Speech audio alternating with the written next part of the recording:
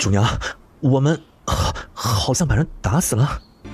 死了就丢去乱葬岗，别弄脏了我国公府的地儿。宋金怡有意识起，听到的第一句话便是这一句。她只觉得自己的身上好像被大卡车碾了一遍似的，浑身疼得厉害。这是什么地方？为什么会这么痛？没死，他没死，主娘，他还活着。好了，别再打了。宋金怡勾引昭儿的未婚夫，实属不该。您如今罚也罚过了，再打下去就真出人命了。不如把他赶出去，自生自灭吧。我当初就是对他心太软，才留下这么个孽种，让他一而再再而三地欺负我的亲生女儿，如今还肖想着昭儿的未婚夫。哼，这个贱种，真是白养了他16年。他以前也是个好孩子，自从昭儿找回来后，他就变得应激了一些。事到如今，宋家是不能再留他了，还是把他送走吧，就当是为昭儿积德行善，别把人打死了。哼，莫林渊没事最好，若是出了一点意外，我绝饶不了他。趴在地上苟延残喘的宋金怡听到莫林渊这3个字，顿时脑中一片清明。这不是他昨天晚上熬夜追的一部小说里男主的名字吗？他心中想到了一个可能，麻了，他真就这么水灵灵的穿书了。宋金怡，他穿成了书中与他同名同姓的恶毒贾千金。就在这时，垂花门处大步走进来一位身着白衫的少年公子。宋顺看到宋金怡的惨状，顿时心疼的快步上前抱起他。金怡，别怕，我带你去治伤。宋金怡只来得及看一眼眼前的少年，便被大量涌入脑海中的记忆冲击得晕了过去。昏迷的宋金怡做了一个很长的梦，梦里是原身这16年的所有记忆。她本是安国公府的嫡女，自幼被全家宠着长大。在这个男女比例严重失调且是女娶男嫁的世界，她作为国公府里唯一一个女孩，自然是千娇万宠的。可是突然有一天，国公府来了个寻亲女孩，她说她才是安国公宋若的亲生女儿，是奶娘将她和宋金怡调换，一番滴血认亲。宋若证实了女孩的言论，将她认祖归宗，改名宋金昭。而宋金怡彻底成了国公府的假千金，被人奚落诟病，只因她娘做下了偷换孩子的龌龊事，连累她也被人嫌恶。原身本该是要离开宋家的，是宋若觉得养了她16年也有感情在，才没有将她送走，而是让她继续留在宋家做养女。但她为什么会有今天这种下场呢？实在是她在真千金回来的这半年里不干人事。她嫉妒宋金昭，因为自从她回来后，宋若把原本给她的一切都给了宋金昭，她没了国公府嫡女的身份，没了下人精心伺候，甚至连从小定下的未婚夫也被宋若给了宋金昭。她因为嫉恨做下了很多错事，诬陷、故意伤害、造谣，让宋金昭受了很多委屈。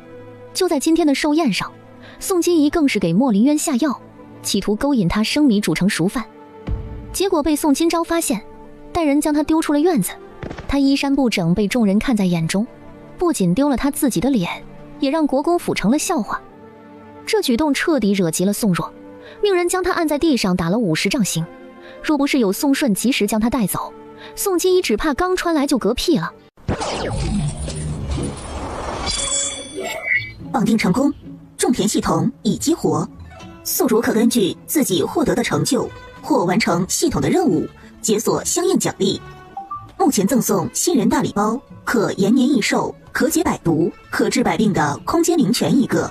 后续需宿主行善积德，积累功德，扩张空间版图。警告：若行恶事，系统赠送的空间会寸寸枯竭，犯下十恶不赦的罪行会自动解绑系统，请宿主保持善心。这就是传说女主附带的金手指吧？种田系统，所以这是拿来种田文的剧本了。别碰他，他还没醒，他伤得很重，你们会害死他的。宋顺被宋家兄弟死死压着，动弹不得。放开他，混蛋！你们敢碰他，我不会放过你们，我一定会杀了你们！狠厉的声音吓得那群要抬人的小厮都不敢动了。小顺，你是被他下蛊了吗？你知不知道昭儿才是你的亲妹妹？宋金怡就是个恶毒的孽障，她让国公府颜面尽失，还差点得罪了莫丞相，你怎么现在还要护着她？莫林渊他又没死，宋金昭也活得好好的，金怡有错，但罪不至死。他已经受到惩罚了，你们现在赶走他，他的伤还没有好，离开宋家他就没命了。4哥、5哥，你们放开我，等他伤好了，我会送他走。你们别动他，别让我和你们。哎，你清醒一点吧，他就是这么被你惯坏的，才会一次又一次的不知悔改。你这不是在帮他，而是在害他。六哥，静怡，你醒了，别怕，六哥不会让他们把你送走的。醒了就好，下人已经把你的东西收拾出来了，你今天必须离开国公府。我知道，我会走，放开六哥。你最好别耍什么花招，这一次国公府是万万留不得你了。您放心，我这一次绝对不会再赖在国公府。放开六哥，我跟他说几句话就走。母亲说了，为了防止宋顺继续帮你，让我们绑了他丢进柴房，即刻将你送走，不容耽误。老3、老5，把老6带出去。宋城捂着宋顺的嘴巴，和老5、宋红一起将他带出了房间。大哥，亲人一场，你连生都不让我要，就要把我赶出府吗？哼，亲人，你若把我们当亲人，就不会做出今日这等丑事，让国公府都成了全京城的笑柄。你走吧，最好永远都不要再回京城来。你我兄妹一场，大哥如今能为你做的最后一件事，便是送你离开。正好你真正的亲人昨日还来信询问你何时归家呢。宋晨拍了拍手，早在门外等候的2个婆子走进屋来，合力将宋金怡抬了起来。他们下手没个轻重，根本不在乎她会不会疼。原本宋金怡还忍着腰臀的疼，死死咬着牙没有叫出声，可是其中一个婆子暗暗在她腰上狠狠掐了一把。放开我，好痛！小姐还是忍着一些吧，您就是叫破了喉咙，大少爷今天也不会再对您心软了。像你这种败坏宋家名誉的女人，又不值得人同情。够了，别再叫了！你今天就是死在这儿，人也得出国公府。别再耍花招又大喊大叫的，否则我就把你的嘴巴给堵上。瞎了吗？是他们在掐我！知道你国公府是什么金窝银窝吗？要不是舍不得10多年的亲情，我为何要赖在这儿不走？你放心，今天出了这个门，过往种种情分一刀两断。我不会再登你宋家的大门，日后再见也是陌路。我和你们宋家再也没有任何的关系。放开我，我自己能走。你们对他干了什么？大少爷，我们冤枉呢，我们可什么都没干，是小姐想留下故意装的，还诬陷我们。大少爷明察。2人掐的地方不是腰上就是腋下，那地方怎么可能轻易露给别人看？所以2人有恃无恐的睁眼说瞎话。就在宋晨半信半疑的时候，已经双脚落地的宋金怡忍着腰臀上的疼，猛地朝着掐她最狠的婆子扑了过去。你个老钱婆，杀千刀的烂货，掐我还不承认？今天我非抓烂你的脸不可！他对着婆子的脸又是抓又是扇，嘴里的脏话全是问候他父母的，如同疯了般，打得婆子嗷嗷直叫。救命啊！快把他拉开！哎呀，金怡小姐疯了！另外一个婆子赶忙过来拉架，还在宋晨看不见的地方继续掐他。宋金怡暴怒，抬手摘下脑袋上的簪子，对着拉架的婆子就是一顿扎。老不死的东西，你还敢掐我？左手不甘寂寞的同样摘下头上的簪子，左右开弓。他也专挑2人肉多的地方扎，毕竟报仇归报仇，扎中要害闹出人命可就不好了。场面一度很乱，打得宋晨措手不及。住手，别打了！哎呀，少爷，救命啊！金怡小姐要杀人了！够了，宋金怡，快住手！别拦我，我要打死那2个龟孙儿！宋金怡，你够了！他一把将人甩倒在地。宋金怡，你知不知道你现在就像个泼妇一样？他们伤我，你不去教训他们，反而骂我是泼妇。我就知道你不会站在我这边，所以我为自己报仇有错吗？我马上就要走了，凭什么还要吞下这个调奴给我的窝囊气？你又在发什么疯？我根本没见到他们伤你。所以说，你就是瞎嘛！眉毛底下2个蛋，光会眨眼不会看。你。这时，继续匆匆赶来，瞧见趴在地上狼狈的宋金怡和凌乱的场面。谁让你这样对她的？你好歹也是个男人，如何做得出欺负女子的事来？爹，是他突然发疯，我才……别叫我爹，我没有你这种恃强凌弱的儿子。我看今日之事传出去，谁还敢娶你？继续骂完，阔步走向宋金怡，可宋金怡却有些防备地往旁边缩了缩。继续眼中划过一抹心痛，她疼了16年的女儿，就算最后知道不是亲生的，她也舍不得她。金怡，别怕，爹爹送你走。继续说完，动作轻柔地扶起他，眼中全是对他的怜爱与疼惜。爹！宋晨莫名的心疼了一瞬，这满含凄厉和委屈的声音，听得他眼眶微红，有点想哭，心中隐隐后悔。我刚刚是不是真的过分了？继续抱起宋金怡。金怡别怕，爹已为你安排好了所有后路，回你自己真正的亲人身边吧。这京城不适合你。从后门出府，门口已停了一辆马车，车上还有一位女医等候。他帮忙接过宋金怡上了马车。金怡，安心走吧，路上女医会帮你处理伤口，盘缠、吃食车上都有，车夫也会护送你平安到达亲人身边。爹最后能为你做的也就只有这些了。回去重新开始生活，忘了京城，也忘了我们吧。车夫听从继许的命令，赶着马车缓缓离开了宋家的后门。一直望着马车的影子消失，继许才绷着脸看向默默站着的宋晨。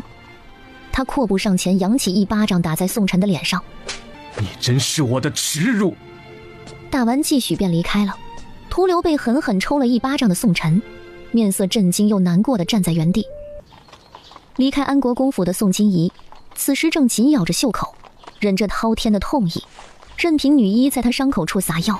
宋金怡泪珠子不断地滚落，心想继续可真让她遭老罪了。本来种田系统是给她奖励了灵泉的，她完全可以用那玩意儿治伤啊。可是这个女医和车夫在，她要如何下手？就在她实在挺不住了，好了，可以了，别上了，我要疼死了。这可是宋小姐自己不想让我上药的。那我任务完成了，药都给你放着了，我下车了。这个女医也是看不上宋金怡这种鸠占鹊巢却还不要脸的欺负人家亲生女儿的假货。这次若不是国公爷出手阔绰，她才不想来的。靠边停一下。闻言，宋金怡慌慌张张地拿过衣服，费力盖在裸露的身上。你怎么能这样？我怎么了？给你上药是你自己矫情，不用我的。这时马车已经停下了，他根本没有为宋金怡的清白考虑过，一把推开车门便走了下去，连门都没关。宋金怡趴在车里疼得无法动弹，就这么与车夫来了个对视。而那车夫在看到宋金怡如此不便的情况下，竟也没有避开视线，甚至往他身上看了好几眼。宋金怡握紧了拳头，看什么看，关门啊！他真想把那车夫的眼珠子抠出来踩碎。现在也终于知道什么叫虎落平阳被犬欺了。车夫扫了一眼街道上的人，那眼中的淫邪看得宋金怡的心拔凉拔凉的。继续这是给他找了两个什么人啊？只怕等出了京城，这个车夫就会对他欲行不轨了。如今他已不再是国公府贵女，又没人护他，他若不治好伤反抗，就只能等着任人宰割。宋金怡见车门一关，什么也顾不上了，拿下衣服就开始用空间灵泉水治伤。取出灵泉水，一点点地淋在伤口上，果真比那些烂药好用得多，一点也不疼不说，伤口也在慢慢的恢复。哎呦！你要干什么？季爹爹让你送我回家，你却想要对我图谋不轨，谁给你的胆子？啊！你居然敢踢我，还当自己是国公府的小姐呢？啊！你现在就是个假货贱民而已，摆什么大小姐架子？今天我非要好好教训你，让你长长记性。你才……你娘真是造了孽，生下你这么个畜生，猪狗不如的东西！就凭你还想给我教训？我呸！老娘巅峰时候能打10个你这样的！哎呀啊！别打了，别打了，我错了，小姐饶命！哎呦啊，奴才再也不敢了。宋金怡瞄准了，趁他翻身的功夫，一鞭子狠狠抽在了他裆部。男人已被活活痛昏了过去。宋金怡扔了马鞭，累得弯着腰呼哧呼哧直喘。歇了一会儿，他才上去又解气地踢了他一脚，整理了一下头发，自己赶着马车上路。京城他是不打算回去了，以后等他飞黄腾达了再回去找场子。他要去边关找这具身体真正的亲人，然后好好研究一下这个种田系统，丝毫没理会车夫的死活。路上他检查了一下继续给他准备的行李和盘缠，摸出一个小箱子时，他以为这里面会装着碎银子，结果打开后，宋金怡震惊继续的大手笔，那竟然是满满一盒50两的银锭子和一些碎银子，最下面还压了一沓银票。这些银子不只够他这一路的路费，也可以用剩余的开店起家了。宋金怡心中很是感动，她回头望向京城的方向，心想以后有机会，她一定要回去看望季许。在她心里，季许永远都是她的长辈。而此时的京城，安国公府的客房内，莫林渊中了迷药，刚刚清醒过来，那药着实烈得很，硬生生的挺过来，差点要了他的命。宋金怡，你最好是已经逃走了，否则我一定要你付出代价。杨默，外面一直守在门口的杨默听到，立马开门进来。公子，您感觉怎么样了？死不了。什么时辰了？宋金怡呢？天刚黑，宋金怡已经被宋家的人给送走了。不过他被安国公打了50棍子，身受重伤，走不了太远。公子要是想追的话，绝对可以追上。送走了？莫林渊活动了一下脖子，心想这宋家人还是很护着宋金怡的，出了事小惩大戒一番就把人送走了，是生怕他醒来后要了他的命吗？回府。是。刚走到门口，便迎面遇见了端着托盘而来的宋金钊。林渊哥哥，你醒啦！我炖了一碗补气血的人参乌鸡汤，你喝一点吧。不了，多谢宋小姐美意，我不爱喝汤。莫林渊并不喜欢宋金钊，可是婚事是自幼便定下来的，他违抗不得。本来他都已经接受了宋金怡，可宋家突逢变故，未婚妻又变成了如今的宋金钊，让他无端的有些反感，好像自己是个什么廉价的东西一样，谁都可以是他的未婚妻。这种感觉让他非常厌烦。今日之事，宋家必须给我们莫家一个交代，否则这婚事也就取消了吧。林渊哥哥，我知道你心里很气，可是这件事是宋金怡一人之过，也幸好是我发现的及时，才没有让错事酿成大祸。如今呢，宋金怡已被我娘狠狠地教训了一顿，打得半死，连伤都没法治便丢了出去，还希望林渊哥哥你能消消气。我敢保证，你以后再也不会见到他了。宋金钊想到他偷偷嘱咐车夫的话，那双人畜无害的眸子里划过一抹不易察觉的狠毒。打得半死？莫林渊扭头看向身边的杨默求证。属下亲眼所见，的确打得很重，估摸着就剩一口气吊着了。莫林渊真没想到宋家下手会这么狠，他以为只是做做样子，然后为了保护他才把他赶走。如今看这架势，恐怕是怕他连累安国公府，所以根本不在乎他离开国公府后是死是活。不管是谁的错，我今日是在国公府受的辱，本公子是绝不可能再嫁进国公府。回去我便对母亲说明，婚事作罢。莫林渊说完，被杨默扶着离开了国公府，任凭宋金朝怎么解释，甚至是恳求，他都不为所动。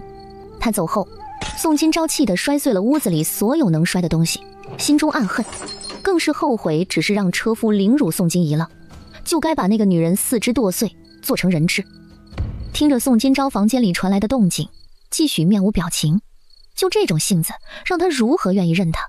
其实宋金钊回来的当天，他就发现他有虐打下人的举动，脾气也很差，也就宋若觉得亏欠他，对他的撒泼不懂事，事事忍让。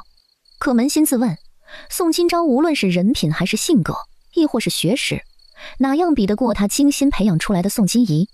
继续转头就走，真希望以后的宋家不会毁在宋金钊手上。爹，大哥说是您亲自把金怡送走了，这是真的吗？儿啊，金怡不适合这里，她该去找她自己的亲人，拥有属于自己的人生。宋顺的眼泪噼里啪啦地往下掉。宋金怡本该是他的双胞胎妹妹，他和她不只是兄妹，更是从小一起长大，一起玩耍，一起学习，相互陪伴了对方16年的至亲，他如何舍得她离开？宋金钊说过，金怡亲人的老家在边关，爹，儿子想去边关投军。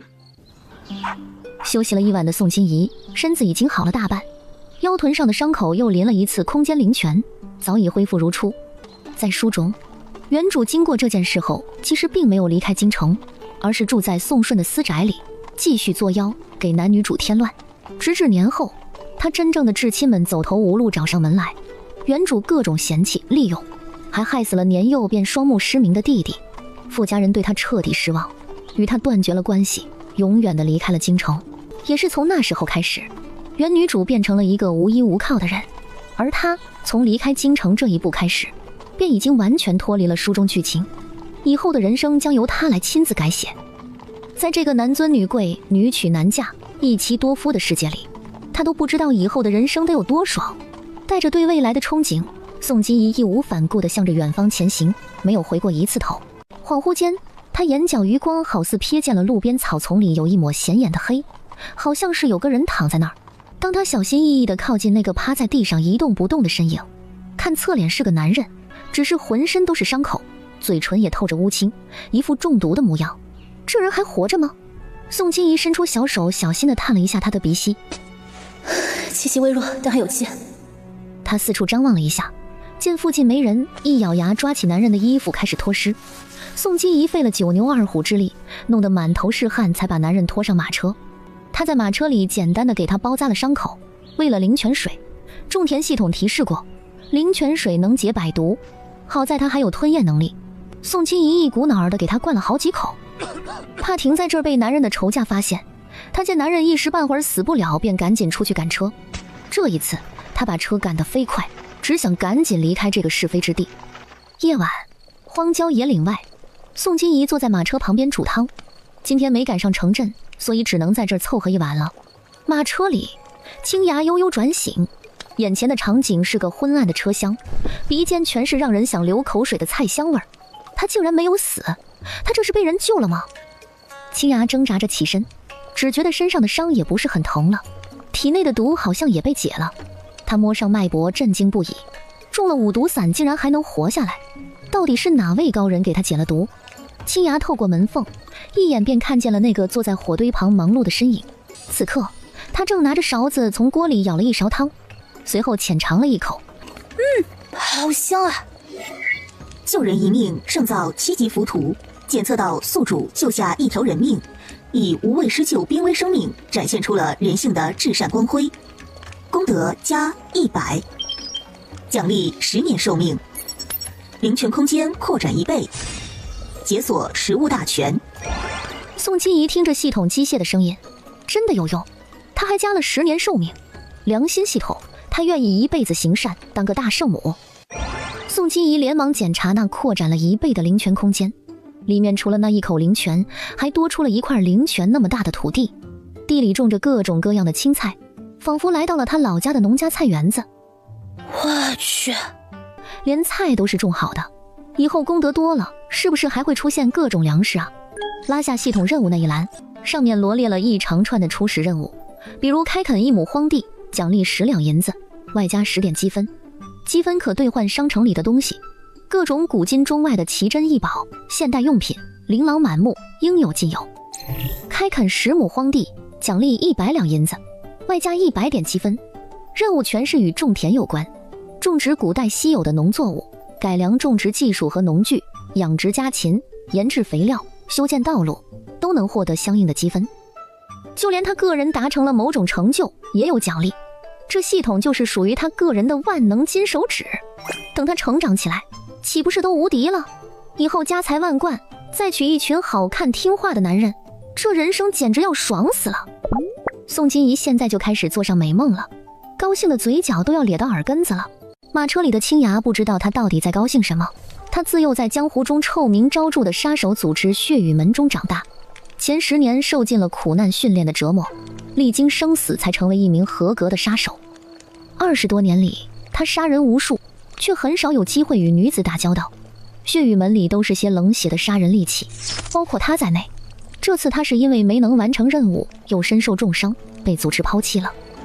他以为自己必死无疑，不仅身受重伤，还有5毒散之毒，未能定期服用解药，神仙都难救。哟，你醒了，我正要试着叫醒你吃点东西呢。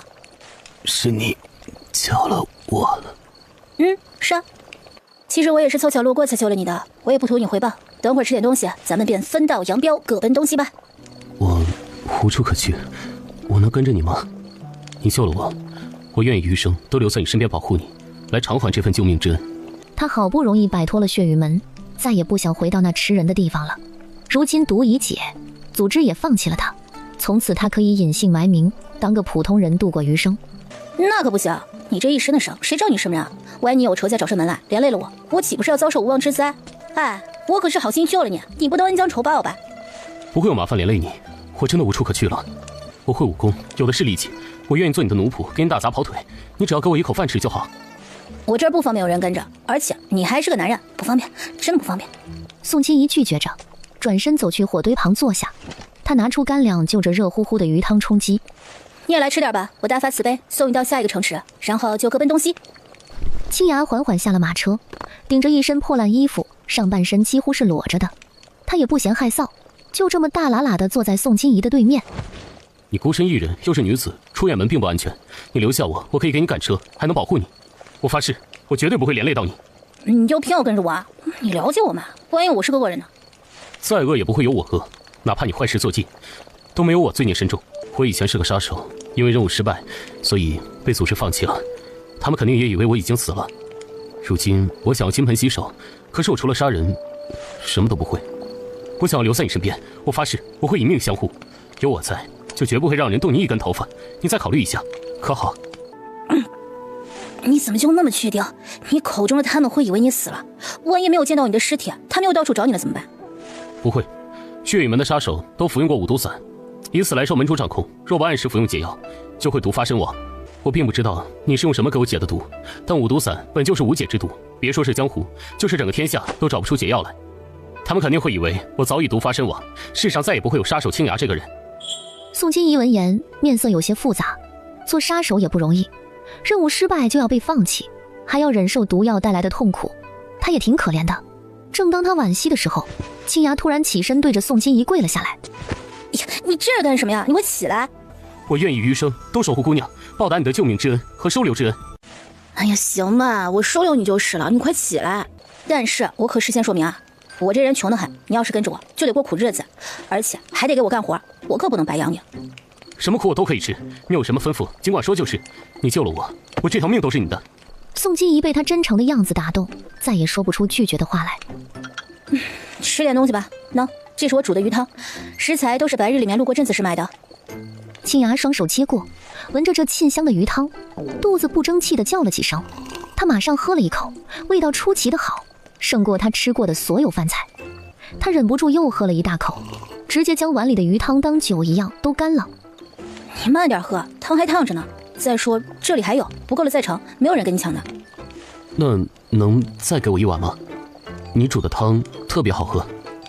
我一碗就够了，所以这一锅都是你的。再吃点包子吧，不然不顶饿的。谢谢。等他一顿风卷残云般吃了个半饱，锅里的汤也见底了，10个包子剩了2。青芽不好意思再吃了，怕他嫌弃自己吃的太多养不起。姑娘为何一个人出远门？怎么没有人保护你？这世道，女子虽然金贵，但那也是在家里或是在夫家，在外面仍是有很多不法狂徒的。我是去边关寻亲的，原来的家里发生了一些变故，容不下我了，所以我是要去找我真正的亲人。我叫宋金怡，以后你就当我的保镖吧，保护我的人身安全，我养你，还给你发工资。保镖？青芽不是很理解这个词。保镖就相当于是护卫，工资就是工钱。我不要工钱，你给我一口饭吃就好。那可不行啊，我说给就是要给的。我救了你，现在要求你给我打工，给我当保镖，算是偿还了这一份救命之恩，所以工钱还是要给的。哎呀，听我的吧，你就别推辞了。青芽沉默了一瞬，只好点头应下。好了，收拾收拾，我们在这儿歇息一晚，明天一早就出发。宋金怡起身麻利地收拾锅碗，青芽主动起身帮忙。当他来到他身边，当一身男性气息逼近，宋金怡才发觉这人的衣服都破了。那个，火车上也没有男子衣服，你先披件我的衣服吧，等到了下一个城镇再去给你买几套。他的目光忍不住在他饱满的胸肌和块块分明的腹肌上流连。嚯，这男人不愧是练武的，身上的肌肉饱满又结实，好想摸一摸捏一捏。青芽也没有嫌弃这是女人的衣服，接过后随手披在身上。可是他块头太大了，足有1.9米的个子，肩膀宽厚的如同一个衣服架子，哪怕这件衣服是宋金怡的外衫，也根本穿不下。我车里还有被子，要不你裹着被子吧。没关系的，我不冷。习武之人有内力护体，即便是寒冬腊月也冻不着。只是现在鼻尖全是宋金怡身上的香气，让从没接触过女子的青芽心跳不住的加速。他从没和哪个女子这般亲近过，宋金怡是第一个。这种悸动的感觉他并不讨厌，反而隐隐涌出一股期待，想靠近他一点，再多一点。宋金怡就着月光瞅着那一辆逼仄的马车犯了难。男女授受不亲，他总不能和青芽睡一辆马车吧？可这大晚上的，让人光着身子睡在外面，好像也不妥。他身上还有伤呢。你睡马车吧，我睡外面。青芽看着他那副为他着想的样子，心中感叹，怎么会有人这么善良？他竟宁愿自己睡在外面，把舒适的地方留给别人。我不困，你睡马车吧，我来给你守夜。那怎么行啊？你身上还有伤呢，得好好休息才是。没关系的，都是一些皮外伤，我早就习惯了。你着急赶路吗？我认识边关的路，你睡你的，我来赶车，好早一点帮你寻到家人。宋金怡就是心软，共情能力太强，听他说这些伤都习惯了，就忍不住心疼。你已经离开那个残忍的杀手组织了，对自己好一点吧。受了伤就好好养伤，好好休息。你可以喊疼了，会有人发自内心的关心你，比如我。青芽同人轻颤，听着他软糯温柔的话语，心脏像是被什么东西重击了一下，快速跳动着。这一刻，不知为何，他鼻子酸酸的，竟让他有点想哭。同时心里也暖暖的，因为从来没人这么关心过他。血雨门的人只会看他这个人有没有利用价值，每次受伤想的也是他能不能继续为门中效力。宋金怡，你是来拯救我的生命吗？因为你，我得以脱离那炼狱苦海，死里逃生；也因为你，让我意识到了自己是一个有血有肉的人，而不是一个杀人利器。这一晚，青芽没有执拗过宋金怡，她睡在了马车里，而宋金怡是睡在马车外面的板子上，厚厚的被子将自己牢牢地裹住，嘴角还带着笑。青芽不知道她在笑什么，只觉得她是善良的过了头。只有宋金怡知道系统播报的声音是多么的美妙。检测到宿主收留失业人士，以慷慨救赎迷途之人，展现出了人性的至善美德。功德加50，奖励寿命5年，空间扩增5米，解锁药方大全。多美妙的声音，怎能不笑？再次睁眼，宋金怡是睡在马车里的，被子还裹在身上。宋金怡推开车门，就瞧见了青芽光着上身在给马儿喂草料。睡醒了。这一幕很有老夫老妻的感觉。宋金怡恍惚了一瞬，瞅着那诱人犯罪的腹肌，她狠狠地咽了一口口水，真是赤裸裸的勾引。她那颗躁动的心又开始蠢蠢欲动了。买衣服，赶紧买衣服，要不然她迟早色心大发扑过去。我怎么睡车里了？青芽多敏锐的观察力呀！她那涩涩的目光和害羞的脸都被她看在眼里。她竟不知宋金怡竟然喜欢看她的身体，看来自己也是有些吸引她目光的资本的。我起来的时候把你抱进去的，早上有点冷，担心你会冻着。我是隔着被子抱的，我发誓绝对没有轻薄过你。我知道了。那马喂完了吗？我们上路吧。赶快到下一个城镇，给他买一身衣服才是要紧的，不然他迟早没出息的被他勾引到流鼻血。我去摘了一些野果子，我尝过了，是甜的，你要不要吃几个？这是山里猴？原来这野果子叫山里猴吗？我只知道这果子挺甜的，一到初秋便经常能在山里见到。宋金怡把那些果子都收了起来。它也叫山里猴，或者是野山楂，很开胃的，有消食化积、促进血液循环的功效，不仅可以生吃，也可以用来泡酒。等以后有机会了，我就用它来泡酒给你尝尝，味道很特别，很好喝的。好，我等着。上车吧，我来赶车。还是我来赶吧，你这样子被人看到影响不好。等到了下一个城镇，给你买了衣服换上，再由你来赶。哎呀，快上车吧，别磨蹭了。青芽无奈，只能听话的上了车。宋金怡关好门，轻轻挥舞着马鞭开始赶路。她嘴上也没闲着，把那一捧山里红放在怀里，一边吃着，一边查看灵泉空间。这不看不知道，一看吓一跳，竟然多出了一圈的药源，围绕在灵泉池边上，其中不乏有珍贵的人参、党参、何首乌等，还有一些常见的黄芪、白术，只要是长在土里的药材全都有。原主是学过医的，也识百草，虽医术不是太精湛，但一些小毛病还是治得了的。加上系统这次解锁的药方大全，集齐了古今所有的药方，宋金怡觉得自己都能开一家医馆了。这金手指真是越来越粗了，她仿佛看到了世界首富在向她招手，真恨不得马上就大干一场。心情极好的宋金怡不禁哼起了小曲儿。森林很美是我的家，无忧无虑嘻嘻哈哈，可我心里还有个梦啊，想去海角，想去天涯。别样欢快的曲调是青芽从未听过的，但不可否认，曲调很好听，歌词也很有新意，听着便让人心情放松。他现在真的很好奇，宋金怡从小到大是在哪里生活的。宋姑娘，你说要去寻亲，那你之前是住在哪里的？我以前是京城安国公府的小姐，半年前才知道，原来我根本就不是安国公府的血脉。我是我亲娘当初在国公府当奶娘的时候，把我和真正的狄小姐给调包了。我亲娘死后说出了实情，那一位真正的狄小姐便找了回来，而我就成了一个外人。后来我因为不甘心从小拥有的一切都成了别人的，就做了不少的错事，如今被安国公府的人给赶了出来。青芽眼中了然，怪不得看她的第一眼就觉得宋金怡身上有一种难以言喻的金贵气质。姑娘别伤心，失去你才是他们的损失。你这人可真会说话，我也这么觉得，早晚有他们后悔的时候。到了下一个城池，宋金怡第一时间就找了一家成衣铺子，给青芽买了2套衣服穿。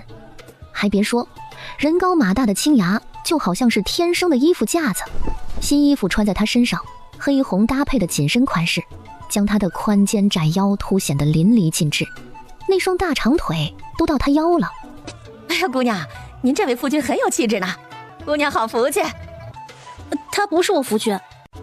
就这件吧，我很喜欢。不知道为什么，他喜欢别人误会他的身份。再买一件换着穿吧。宋金怡又挑了一款黑黄相间的，结算时统共才18两银子，小意思。他爽快地付了银子，和青芽一起离开了成衣铺子。走在路上，宋金怡总是时不时地打量着他。你为什么总看我？好看啊，你很帅。青芽，你有喜欢的姑娘吗？没有，但现在有了。那你愿不愿意和我谈恋爱？我想你当我的男朋友。青芽怔愣着，谈恋爱男朋友什么意思他不懂，但他猜想宋金怡应该是在对他求爱。你这是在向我求爱吗？对，我喜欢你，虽然这份喜欢大半来自于对你容貌的欣赏和一时的冲动，但我这人呢，向来信奉的是人生得意须尽欢，喜欢就去大胆追求，不合适了大不了再分开嘛。他不是痴情专一的人，成年后的他交过好几任男朋友，感觉合得来就在一起，后来不合适或者在一起不开心就分开。他真的是那种及时享乐的人，俗称渣女，难得到一时一趟，指不定什么时候他就回去了，当然要好好潇洒一回。什么？你问他怎么不考虑一下别人的感受？宋金怡无所谓一笑，大家都是成年人了，男欢女爱而已，他又没强迫人家，觉得他渣可以拒绝的。他这人不是喜欢就非要得到的。再说他认为2个人谈恋爱是2颗寂寞的心灵交汇，体验被爱时心灵得到满足的价值，过程很重要，结果并不重要。前半句青芽很高兴，哪怕他只是喜欢他的外表，那也是对他的一种喜欢，不是吗？可是听到最后一句，他脸上的笑容渐渐隐去。所以你的这一份喜欢并没有打算永远和我在一起。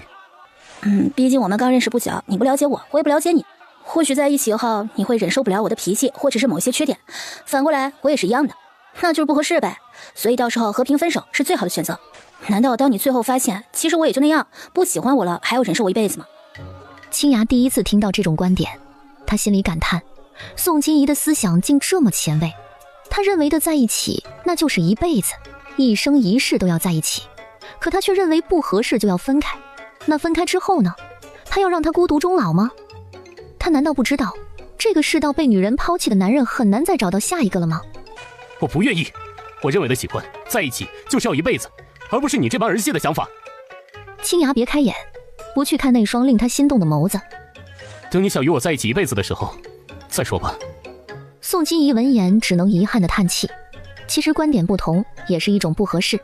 算了，帅气的男人多的是，他说了自己从不强求的，既然他不愿意，那他们就是普通的雇佣关系了。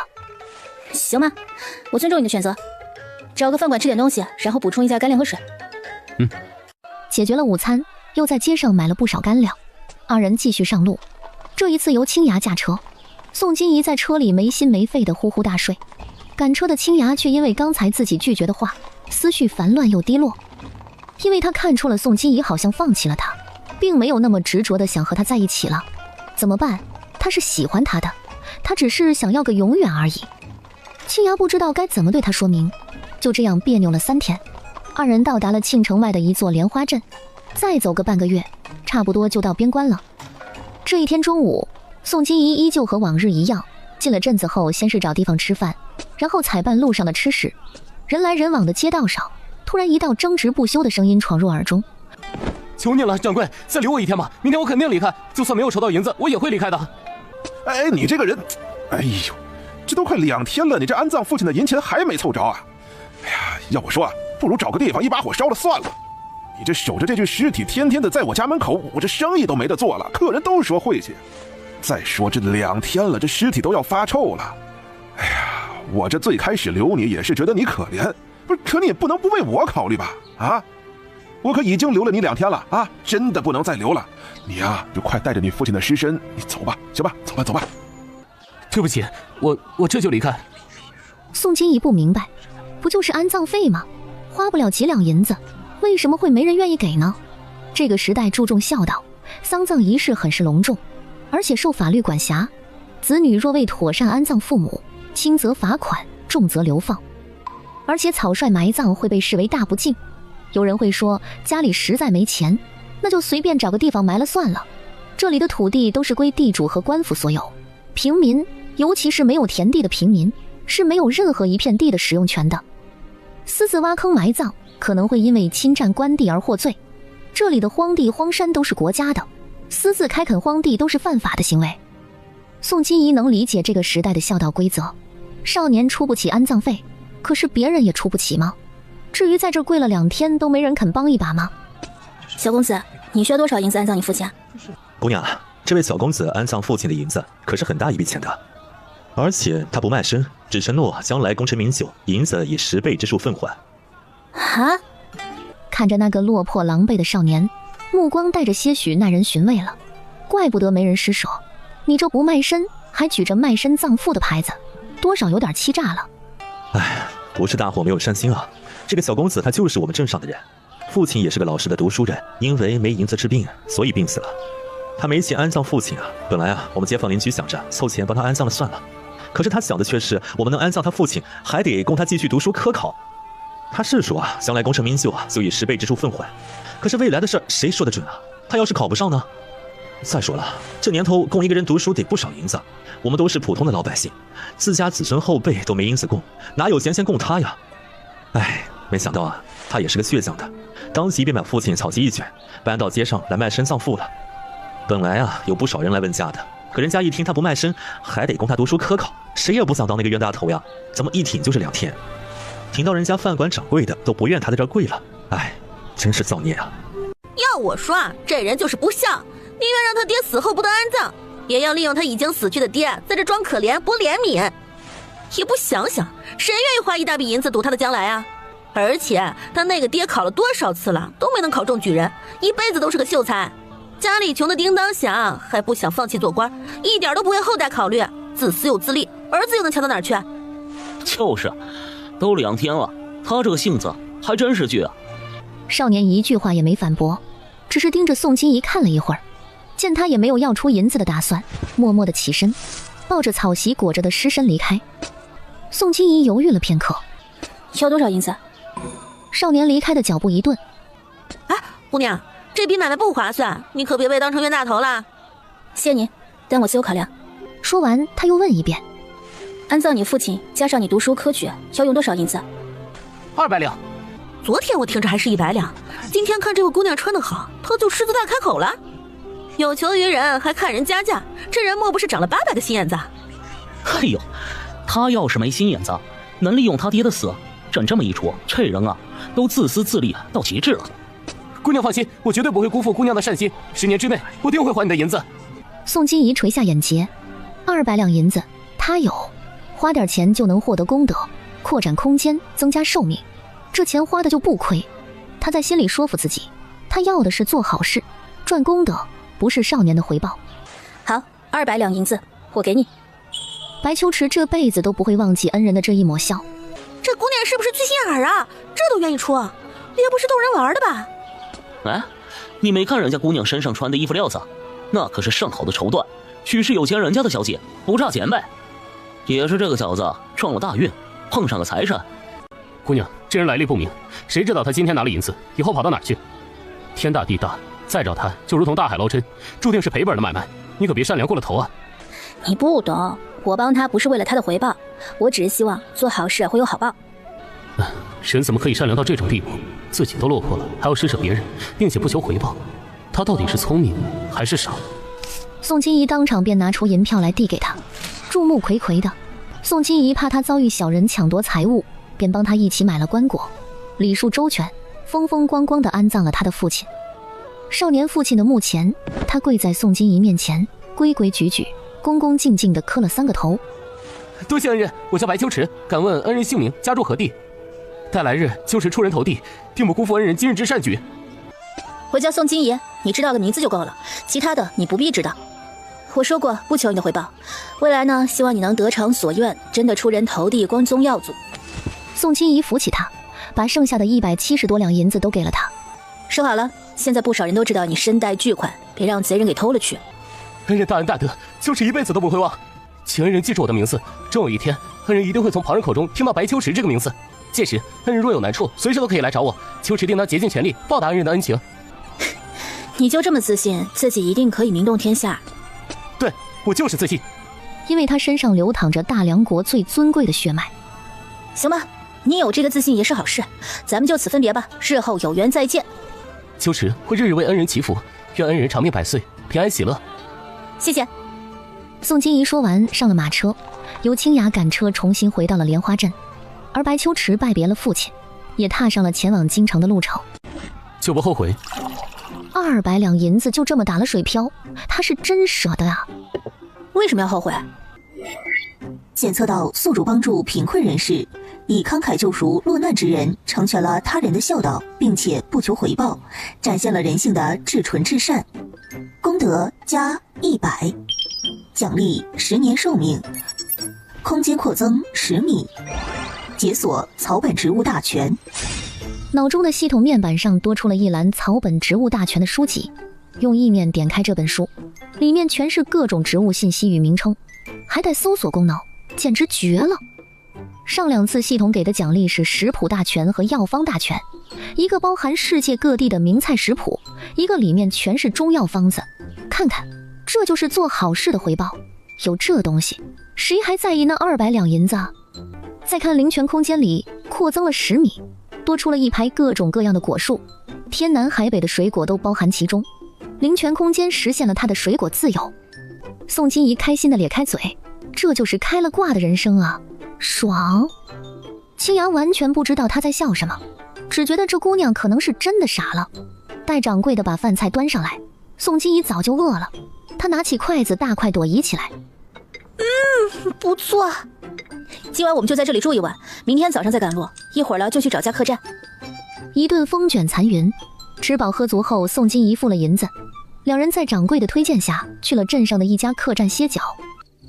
没有劫到白秋池那小子，只能打这位富家小姐的主意了。随手就能拿出200两银票啊！那女人身上一定还有很多钱。嘘，快点把迷魂香点上，别磨蹭了。先说好啊，咱们只偷财，不许对人家姑娘劫色。哎呀，知道了，真磨叽。你们偷过多少银钱？分我一半。被发现了，麻子，快跑！青牙不屑的冷哼，脚尖捻起地上的一根香，猛地朝着逃跑的麻子射去。他向前一扑，惨叫着从楼梯滚了下去，连带着撞到了前面逃跑的那一个。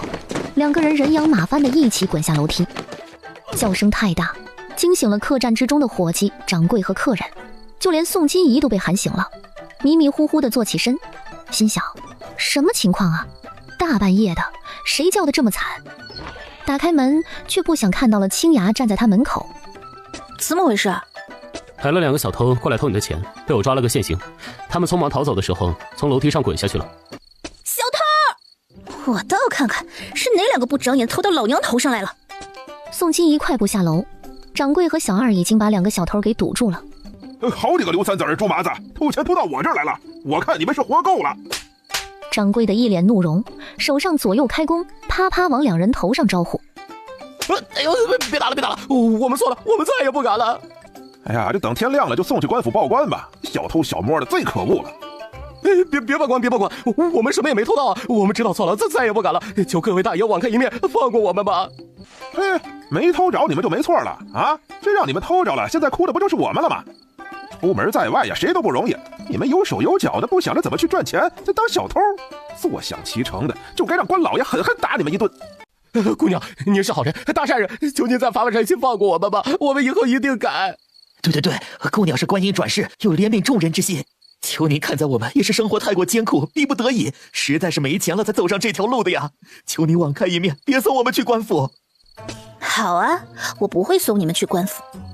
他这话一落，两个小偷顿时眼睛一亮，以为有戏，连连谢恩。姑娘，这心地太善良不是件好事儿，他们可是小偷呢。今儿你放过了他们，明天就还有别人遭殃。我话还没有说完呢，我不会送你们去官府，因为我明天还急着赶路。但是我得打你们一顿出了气才行。你们两个狗东西，偷钱偷到老娘头上来了，是谁给你们的勇气啊？你以为老娘是好惹的吗你？老娘的钱是大风刮来的吗？都被抓脏了，怎么还有脸求我放过的？我打死你们两个贱男人！这哪是姑娘啊，这分明就是只母老虎啊！这以后哪个男子嫁了她，可有的磨了。太可怕了，以后坚决不能惹女人。七雅也被宋金怡彪悍的样子惊到了，她再也不觉得宋金怡是个柔弱女子了。最后一巴掌呼上去，宋金怡打累了，也骂累了，双手叉腰，呼哧呼哧直喘。不知为何，这个样子的宋金怡格外的吸引青雅，她真是越来越喜欢宋金怡的这种性格了。再看刘三儿和猪麻子，那个脸都快被抓成丝了，二人都无比后悔来求宋金怡，换个别人求，没准就不会挨这顿挠了。各位，我气出完了，他们俩怎么处置就交给你们了，该报官报官，不能让这种混蛋继续祸害别人。走吧，回去继续睡觉。青牙听话的跟在他身后走了。这姑娘啊，也太深情了。有本事，这话你当着人家面说。啊，我可不敢。翌日，宋金怡和青牙在街上买了干粮后，继续向边关的方向启程。马车里，宋金怡一边啃着苹果，一边翻看系统里的草本植物大全。外面赶车的青牙听到那咔嚓咔嚓的声音，狐疑的往马车里瞅了一眼。姑娘，你这是哪来的果子？哎呀，你别管。宋金怡借着包袱的掩饰，从灵泉空间里又摘了一个苹果递给他。喏，给你吃，解解渴。青牙眼睛都瞪圆了，马车里有什么他再清楚不过了，绝不可能是路上买的。年轻人，有时候不要太深究一件事了，知道越多，有可能死得越快。那你会因为我发现你的秘密而杀了我吗？不一定哦。你前几天还说喜欢我的，既然喜欢我，也舍得杀我。你不是不答应吗？既然都得不到，我为什么会舍不得？我没有不答应，我只是不喜欢你对待感情的处理方式。我是想要和你一辈子在一起，然后成亲，一直到老。可你只是想要试试，并没有想要和我长长久久的打算。在我这儿，你拒绝了就是没有以后了。你现在只是我雇佣的保镖，我是你的雇主。你要有分寸感，知道雇主太多秘密，你会遭到解雇的。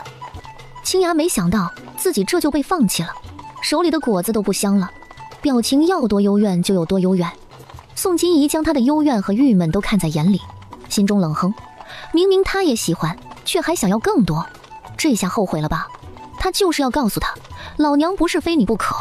有了手表还想要自行车，他可不是老范，惯他这脾气。夜晚，宋金怡和青牙又在野外露宿了，因为今天又没有在天黑之前赶到下一个城镇。我还有机会再次被你喜欢吗？没了，我现在对你不感兴趣了。我不信。他仿佛想到了什么，大手开始解开腰带。你要干什么？青牙扯开衣襟，露出若隐若现的饱满胸肌和块块分明的腹肌。我不信你现在对我不感兴趣了，你之前总是盯着我身上看，我现在给你看，也给你摸，你再喜欢我一下，好不好？青牙，你别勾引我啊！他这么弄，他真的会忍不住耍流氓的。青牙不语，只是一味的出卖色相。宋金怡白嫩的小手被他那带着厚茧的大手握住，而后按在了他的胸膛上。现在还不喜欢吗？感受到手下的触感，宋金怡指尖微微蜷缩了一下，她没出息地咽了咽口水。喜欢。不再压抑自己，两只手都大胆地放在他胸前，腹部细细抚过。青牙身子不自觉地紧绷起来，暧昧的氛围让他心跳加快。宋金怡，我心里也是喜欢你的，我只想要你对我负责。怎么负责？娶我，我不求做你的主君，只想要你给我一个名分，随便什么名分，就连男宠都行。青芽试探性的在他唇边轻啄了一下，见他没有拒绝和露出不快之色。宋金怡，求你多可怜我一点，别放弃我，我愿意把我的命都给你。双唇相贴，青芽双手撑在宋金怡身边两侧，都不敢搂紧她。这个吻虽是他占有主动权，可只要宋金怡轻轻挣扎一下，他便即刻停止，不会让他感到一丝的不适。马车中，二人呼吸浓烈，气温逐渐升高。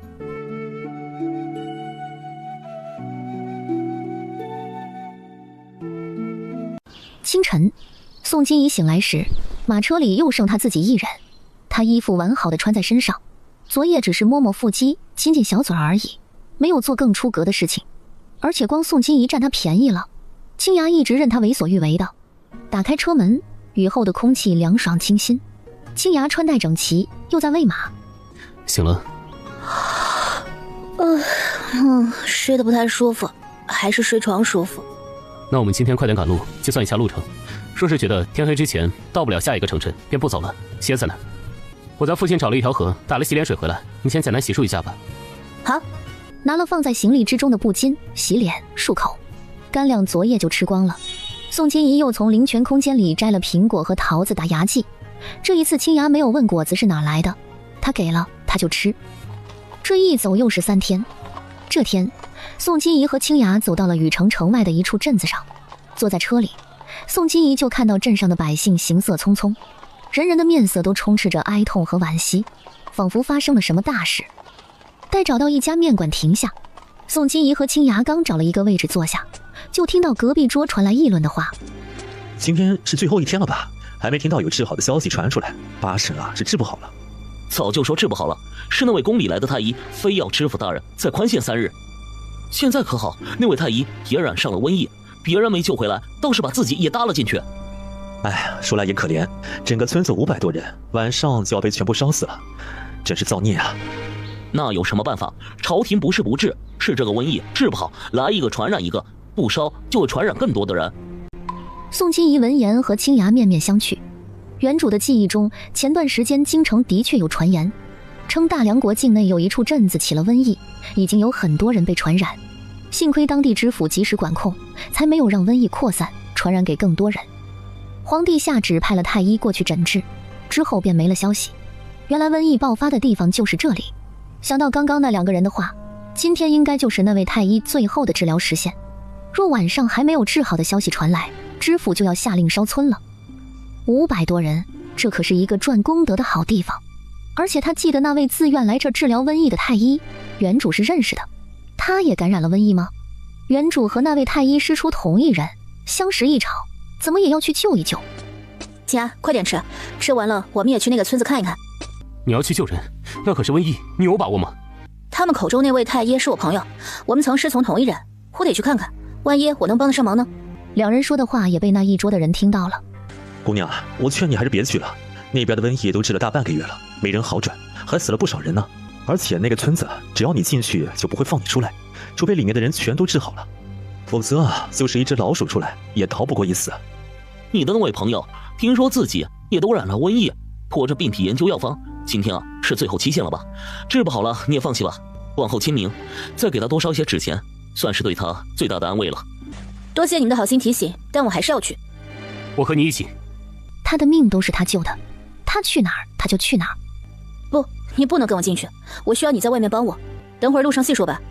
青芽点头，2人加快速度吃完了面，付了钱后，向百姓打听了一下路，便驱车赶往那个村子。圣石村，这个村子原来只有200多人，因为这次瘟疫的爆发，知府大人及时将所有感染瘟疫的人都聚集在了这个村子里，导致这个村子现在的人数高达500多人。村外不仅有脸上蒙着布的官兵守着，还有不少里面感染瘟疫的病人的亲属一直守在外面。他们3、3两两的聚集在一处，皆泪眼婆娑地看着村里的方向，等待着最后的奇迹降临。不到最后一刻，谁都不想放弃。青芽，你就在外面等我，里面可能药材紧缺，我需要你帮我在外面购置物资。这些银子你拿着，等我消息，我让你买什么你就去买。好。宋金怡，你一定要好好的活着走出来。宋金怡，你要是死在里面了，我也进去陪你。宋金怡听到他的话，心脏像被什么猛击了一下。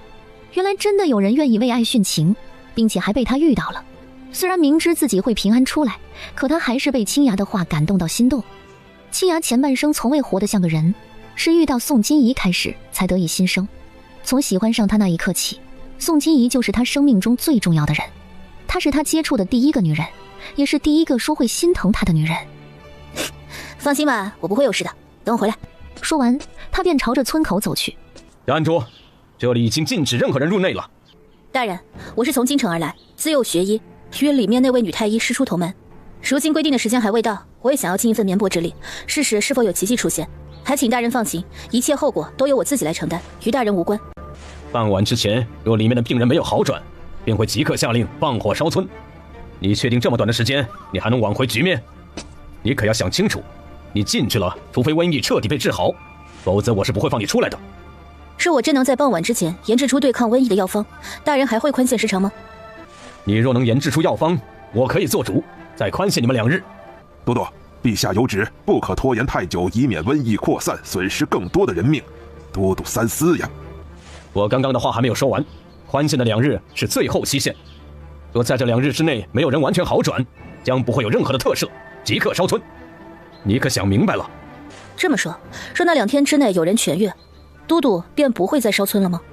有人痊愈，便是代表着瘟疫可以治愈，那为何还要烧村呢？但你进去，要等到最后一个人痊愈，才能放你离开。好，请都督放行。千鹤隐盯着他看了几秒，冲着不远处守着的将领抬了抬手。宋金怡缓缓走进围栏，他回头冲着青芽微笑招手：“放心，等我出来。”青芽紧绷着脸，重重的点头。千鹤隐这才发现青芽这个人，阅人无数的他，只一眼便看出此人武功绝对不低。他再次把目光放在那缓缓走远的倩影上。京城而来，难道是哪个世家的小姐？生的倒是倾国倾城，就是不知道本事如何。若傍晚之前依旧没有消息，就可惜了这么一个年轻貌美的姑娘。宋金怡走了好一会儿才看到有人影，原来大部分病人都被安置在了晒谷场的窝棚里。想来也是，只有200多人的村子，哪有那么多的房间容纳500多人啊？又有人进来了，居然还有人愿意进来。宋金怡，你怎么会在这里？我不来，谁还能救你啊？你都快要被烧死了。救我？你是奔着季秋浩来的吧？没想到啊，你对他用情至深啊！这里这么危险也要跟进来，只可惜你来错地方了，我们只怕都难逃一死。季修浩，宋金怡听到这个名字愣了片刻。他曾经也是原主的未婚夫之一，更是书中女主的男人之一，太医院院守之子。宋金钊回来后，这些未婚夫都是他的了。我不知道他在这儿，我真的是奔着你来的。跟我说说这个瘟疫都有什么症状吧，没准我能帮得上忙。你的医术都不如我，你能帮上什么忙？不要灰心，我虽然医术不如你，可阅历比你丰富啊，没准我还真有法子呢。阅历？你才治过几个疑难杂症，就敢在这里称阅历比我丰富？真是说大话也不怕闪了舌头。还有，离我远一点吧，我也感染了病症，会传染给你的。宋金怡，你真不该来这儿的。转身朝着晒谷场走去。此阅历非彼阅历，我的意思是，我看过很多古老的医书孤本。我虽然没有治过几个病人，可我记得对症药方啊。你知道的，我以前可是安国公府的掌上明珠，府里父兄宠我入骨，他们可给我搜罗过不少的医书孤本，我都是过目不忘，记在脑子里了。我真的能帮得上忙的，不然我也不会冒着生命危险进来呀。你不会真的以为我会为了一个男人把自己的生命当儿戏吧？安澜音有点被他说动了，他的话也不无道理。你怎么会出现在这儿？宋金怡，这里不是胡闹的地方，你知不知道进来这里可能会没命的？赶快出去，趁着你还没有接触这里的病人，没有感染病症，赶紧离开这里。你就说你是安国公府的千金，千总都督会网开一面放你离开的。季修浩，我是来帮忙破解瘟疫的，不是来捣乱的。你医术不如我们，也没有治病的经验，你留在这里也无用，快回去吧。我都已经进来了，你口中的千总都督说过，进来后除非这里的人都好了，否则一个也不会放出去。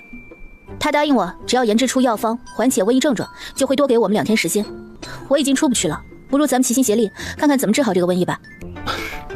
你不该来的。蓝银，跟我说说这个瘟疫的症状吧。好，不同病患的发病症状都被记在这本上了。瘟疫最开始的症状是突发高热，伴随着无力和后背疼痛，2到3天后身上就会长出红斑疹。是不是这些红斑疹后面会变成一个个带液体的脓包？对，有的还会出现肺热病的症状。一旦出现了肺热病，生命就已经开始流逝了，无论我们怎么努力都救不活了。这叫天花，我在一本古医书上看过，我记得对症药方。快告诉我们要如何配药。别着急，给我笔。宋金怡等人来到了一间屋子，里面的书桌上就有笔墨纸砚。他在药方大全里找到治疗天花的药方，而后照抄下来。生麻、葛根、芍药、甘草配伍，这是内服药方，透疹解毒的，适用于初期病症疹出不畅，还可以服用黄连解毒汤，清热泻火，缓解高热。柴胡、桔梗去炉、甘草、人参去炉制成的人参败毒散，这药可以扶正祛邪，有抗炎、解热、镇痛等功效，需要配伍生姜和薄荷煎服。这些都是内服药，外敷用紫草煎油外涂，可以减轻脓包溃烂的疼痛。蒲公英煎液，清洗皮肤，预防再次感染。原来要内服外敷，双管齐下。有不少药材不够了，而且人参也不够了。外面有一个叫青雅的人，他是我的人，你去村口让他去把缺少的药材买回来补齐。好，我这就去。安兰英快步跑了出去。等宋金怡写完了，他放下笔，下意识地直起身子，却没注意到身旁站着的季修浩。抬头时好巧不巧地磕到了他的下巴。对不起啊。对不起啊。想不到我们还挺心有灵犀的。没伤到你就好。紫草还有，我现在去熬制紫草油。好，时间紧迫，我也去帮你。你不要去接触那些病患，留在药房里面配药煎药就好，其他的交给我和兰英来做。他不想宋金怡也染上瘟疫。宋金怡能明白他的心意，他听话的点头。其实煎药正是他想做的活儿，这样就可以趁他们俩不注意，放一些灵泉水进去，好让那些患病的人能好得快一些。他跟着季修浩往药房走去。季修浩指着外面那些窝棚道：那边的人都是病情严重的，而房子里的都是症状尚轻的。宋金怡看着晒谷场上的那些窝棚，卫生条件不是很好啊。他们每天的排泄都安排在固定地点，衣服用具要用沸水煮一下消毒，被褥最好拿去阳光下暴晒，屋子里的病患也要常通风，最好能焚烧一些苍术和艾草等草药，烟熏空气，这些都可以辅助治疗。我这就吩咐下去。这里不只有季修浩和安兰英2位大夫，还有不少主动前来帮忙的医者，只是众多医者中就他们俩医术最好而已。而且这里的病患为了活命都特别听话，积极配合大夫的治疗。季修浩怎么说他们便怎么做，这就大大节省了时间。等安兰英拎着一大包药材回来，众多医者分工合作，煎药的煎药，去帮忙外敷的外敷。宋金怡更是在打来的井水中掺了不少灵泉水，配合着新药一起给病人服下，药效非常好。直到傍晚时间到时，那些症状轻、刚刚开始发热的病患就已经退热痊愈了。季修浩一个个的把脉，是真的好了。有用，这药方真的有用，太好了，大家都有救了。安兰英也是属于症状轻的病患，她也服用了药，很快就退热了，感受到自己的身体不再像染病时的那么无力。金爷，你真是我们的救星啊！宋姑娘，您医术高明，真是活菩萨呀！宋金怡面对大家的感激，表情也很动容。其实他们能好这么快，全是灵泉水的功效。大家别客气了，好了的人立马远离这边，以免发生2次感染的风险。最好都去村口那里安置观察一会儿，等待着官府放行就好。临出去前，你们最好找一个地方沐浴一下，换一身干净的衣服，因为你们的身上可能还带着病毒。为了防患于未然，还是仔细的沐浴更衣一番比较稳妥。外面一直守到傍晚的千鹤隐还在执着地等待着会有好消息传来。都督呀，时辰到了。千鹤隐掀了掀眼皮，再拖下去也无济于事。时辰已到。我的儿啊！阿娘，都是儿子没用，救不了你啊！宋金怡，你真的出不来了吗？他都已经做好随时冲进去找他的准备了，就算是要死，他也要和他死在一块儿。百姓们悲戚的哭声听得千鹤隐心里也不好受，鼻子酸酸的，那可是500多条人命啊！可他肩负的不只是这500多条人命，还有整个江州千千万万的百姓。来人，准备！有人来了，好多人！千总都督，请等一下。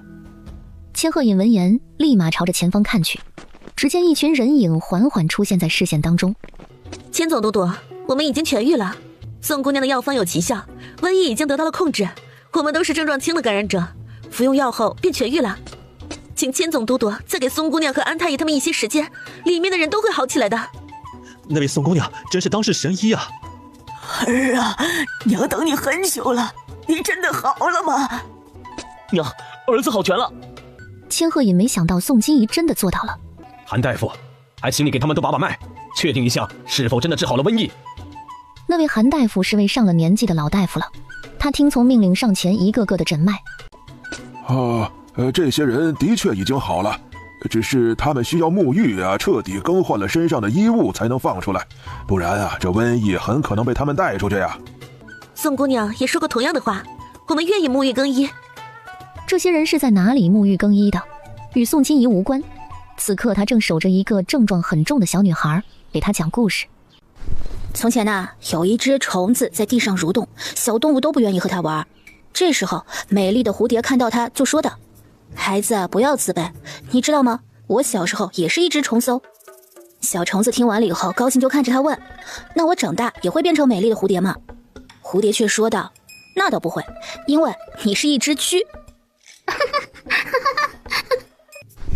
好不好玩？想不想再听？想听，姐姐讲的故事好好玩。小女孩才6、7岁，全身都起了水痘，有的水痘都腐烂了，看上去很是可怜。宋金怡一边给她涂带有灵泉水的紫草油，一边继续说道：“好，姐姐再给你讲一个更好玩的。说在一个风和日丽的下午，有一只小兔子和一只小猪在外面玩耍着。小兔子对小猪说：“我们来一起玩藏猫猫吧。”小猪也很爽快地答应了，由石头剪刀布来决定谁当鬼。第一轮是小白兔当鬼，很快小白兔就找到了小猪。等玩到了第23轮的时候，时间也到了傍晚。可是小兔子怎么也找不到小猪，便以为小猪先回家了。小兔子太累了，他也没有去小猪家找他，直接就在家里睡着了。可是第2天，黑猫警长来到小兔子家，说小猪出事了，小猪不见了。昨晚小猪其实一直都没有回家，可是小猪去哪里了呢？哦，原来小猪在这听我讲故事呢。姐姐讨厌，传儿才不是小猪。对，你不是小猪，某人是。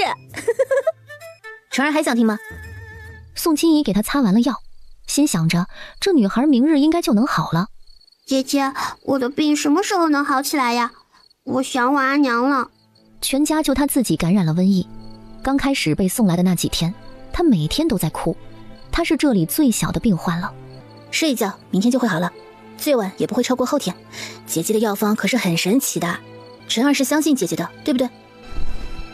我相信姐姐，也听姐姐的话。是吧？姐姐唱歌哄你睡。宋金怡给她盖好被子，手轻轻在她身前拍着。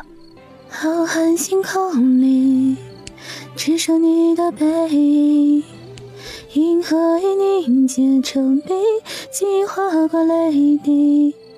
姚纯儿听着这好听的曲调，姐姐，我好喜欢姐姐。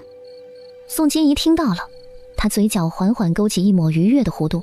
季修浩从未见过她这般温柔耐心的一面，以前的她即便态度温和，但眉眼始终保持着一份清高。后来宋金钊回来了，婚约有所改变，他想挽留自己，也始终一副高高在上的施舍样。可今日他看到的宋金怡是一个充满爱心，会为了拯救陌生人而不顾自己性命安危，义无反顾地踏入这里，帮助百姓脱离病痛。深夜，宋金怡累得坐着都能睡着，脑袋一点一点的。季修浩和安兰英面色憔悴又疲惫地走进屋，看到的就是宋金怡这副困倦的模样。眼看着宋金怡的身子已经支撑不住，而她面前就是桌子，这要是塌下去，脑袋一准磕到桌子上。季修浩眼疾手快地大步过去，伸手一把接住了她的头，用自己的手托住了她的脸颊，放在桌子上。宋金怡迷糊间抬起双手，连带着季修浩的手都被他抱住，当作枕头枕在了脸下。季修浩怔住了，不知道该怎么办好，把手拿出来怕会吵醒他，可是不拿出来两人的姿势又太过暧昧，他就这么纠结地站在那儿。安兰英见到这一幕，她眸色一暗，她刚才那下意识接住他的动作就已经证明了季修浩的心里是喜欢宋金怡的。他们从小一起长大，一起学习医术，他一直以为季修浩是讨厌宋金怡的，后来宋金仪被爆出是安国公府的假千金，他以为自己有机会了，那个宋金朝连宋金仪都比不过，如何比得过他？可是直到今天，安澜音才明白，即便宋金仪是假千金，即便没有宋金钊，他安澜音也走不进季修浩的心。我累了，先去休息了，你也早点休息。哦，你去吧，我来照顾他。照顾？他一个健康的人，睡个觉而已，用得着你来照顾？承认吧，季修浩，你就是喜欢他。安澜音转身便走了，他只允许自己伤心这一晚，他也有属于自己的人生。他是太医院的太医，是大梁国最尊贵的女皇陛下的御用太医。他有自己的抱负与理想，他要成为像老师那样悬壶济世、名扬天下的神医。他不能，也不会把全部精力都放在一个爱而不得的男人身上。没有季修浩，还有别人。